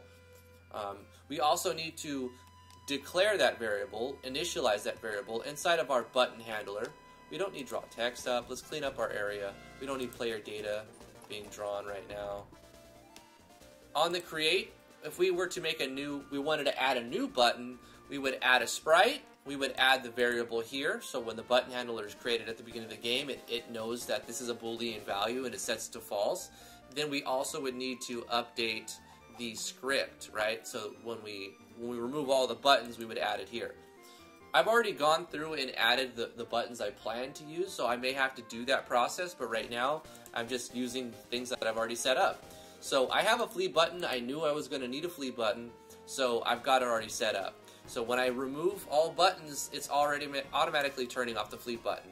So I don't have to type all of this part inside of every room's creation code. And not only that, if I do add a new thing, I won't have to go through every room and add it to that room. All I have to do is modify the script. You can think of a script, if you're coming from RPG Maker, as a parallel process common event. Or just a common event. You can think of a script as a common event. I'm trying to take my huge MV audience, my audience, which is primarily MV RPG Maker, and let them expand their horizons and try to use terms that they'd understand. Your scripts can be your common events, your rooms can be like your maps, your objects could be like your events, but remember in GMS your objects have events, and the events inside those objects are the timing of when the code happens. The creation code happens once when it's created, the step happens every frame, the draw happens every frame, the draw GUI happens every frame, has several different things, like if it gets outside of the room, or if the game is terminated, or if the game is whatever. Has a lot of different timing things. Digressing, our buttons, that was our script. We only needed the attack button up to check its location so that we can use it in relation to where we're drawing the fleet. We don't need that open anymore. Now our button handler has declared these things, and we've added the piece, another part, for if the flee button is on, and the flee button does not already exist, create the flee button. Now the flee button, it's saying create 0 at 0, 0, but when we load the actual object for the flee button, it will when it's created, automatically assign its location. So yeah, it was drawn at 0, 0, but the same frame that it's created, it's told to move. It's moving over here.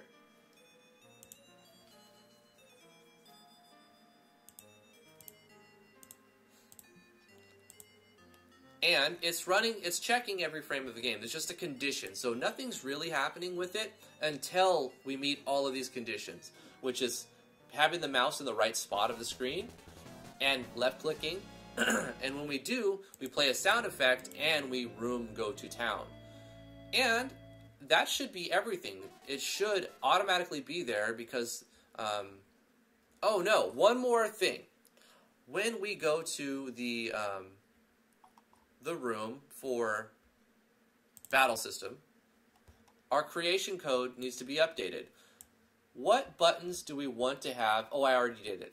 I did it. Even though they didn't exist, I've already set them because I knew that when I'm in the battles screen, I want to, in case I came from the victory screen, I turned the victory spoils off, and I wanted to show the attack button, the spells button, which would be the skill buttons as well, the item button, and the flee button. So I turn off all of them with the script, and I turn on specifically the buttons I want to display. So I think everything should be set up. We should see the flee button, and it should already be implemented. If we explore, we have attack and we have flee. And if we attack, we can flee at any time if we're about to die. And we heard the sound effect. I did anyway. It goes so that I ran out of there. So if I were to explore, I can win. I explore again. Oh no, he could kill me next hit. I could also kill him. I could take the risk, but I don't want to die. I'm going to flee. Go to town and rest. So we've added functionality. That's where I'm going to end today's live stream. Thank you guys so much for coming to the live stream. I really appreciate it. I liked the conversation I had. Everybody tuned in, and everybody who tuned in, you guys are great. You guys are awesome. Thank you for the super chat, Royal. You don't have to keep doing that. I really, really do appreciate it, though. It helps. If you want to support what I do, I have a Patreon page, patreon.com/driftwoodgaming. All support is appreciated. Tomorrow, we have a first impressions video brought to you by one of the patrons. The $20 reward tier has a perk that it gives you the option to have me play your game once a month if needed, if you want to show it off at that point. So Dragon's Hope by Kiki Game Studios, February 8th tomorrow. We're going to be playing that game. It's an RPG Maker MV project. And yeah, follow me on twitch.tv if you would be so kind. I'd really appreciate that follow. You can subscribe if you want to. Follow me on Twitch and also Twitter. Twitter.com/driftwoodgaming. I have a website, driftwoodgaming.com, if you want to check out some of the stuff that's relevant to my channel, like the last game I put out on MV, free to play, called Legends of Driftwood. You can download that at driftwoodgaming.com/games. Please come hang out in the Discord. I'd love to see you. Come hang out in the Discord. The link is in the description, and if you're watching on Twitch, it's down there. Just click the link. It'll open up a tab and say, hey, do you want to join the channel? If you have the app, I recommend using the app over the tab on the browser, but you don't even need to install the app if you don't want to. Yeah, I really, really like having the Discord. Everyone there is really cool. We've got, I don't know, 11, 12, 13, 1,400. I haven't checked in a while, but it's well over 1,000 members. Usually there's 200 to 300 people on. I don't think we hit 300 yet. It was 250-something, 260-something one time. Yeah. If it did hit 300, I didn't notice. But it's growing, and I really appreciate that. You guys are awesome. Remember to stay awesome. We'll see you guys next time. Mwah. Bye-bye.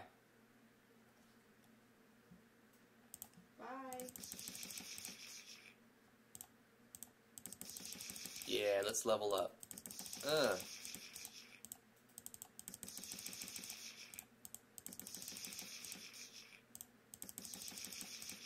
Oh no, we'll have to flee this time.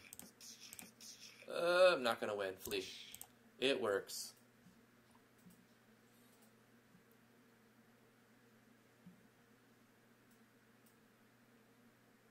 Bye-bye.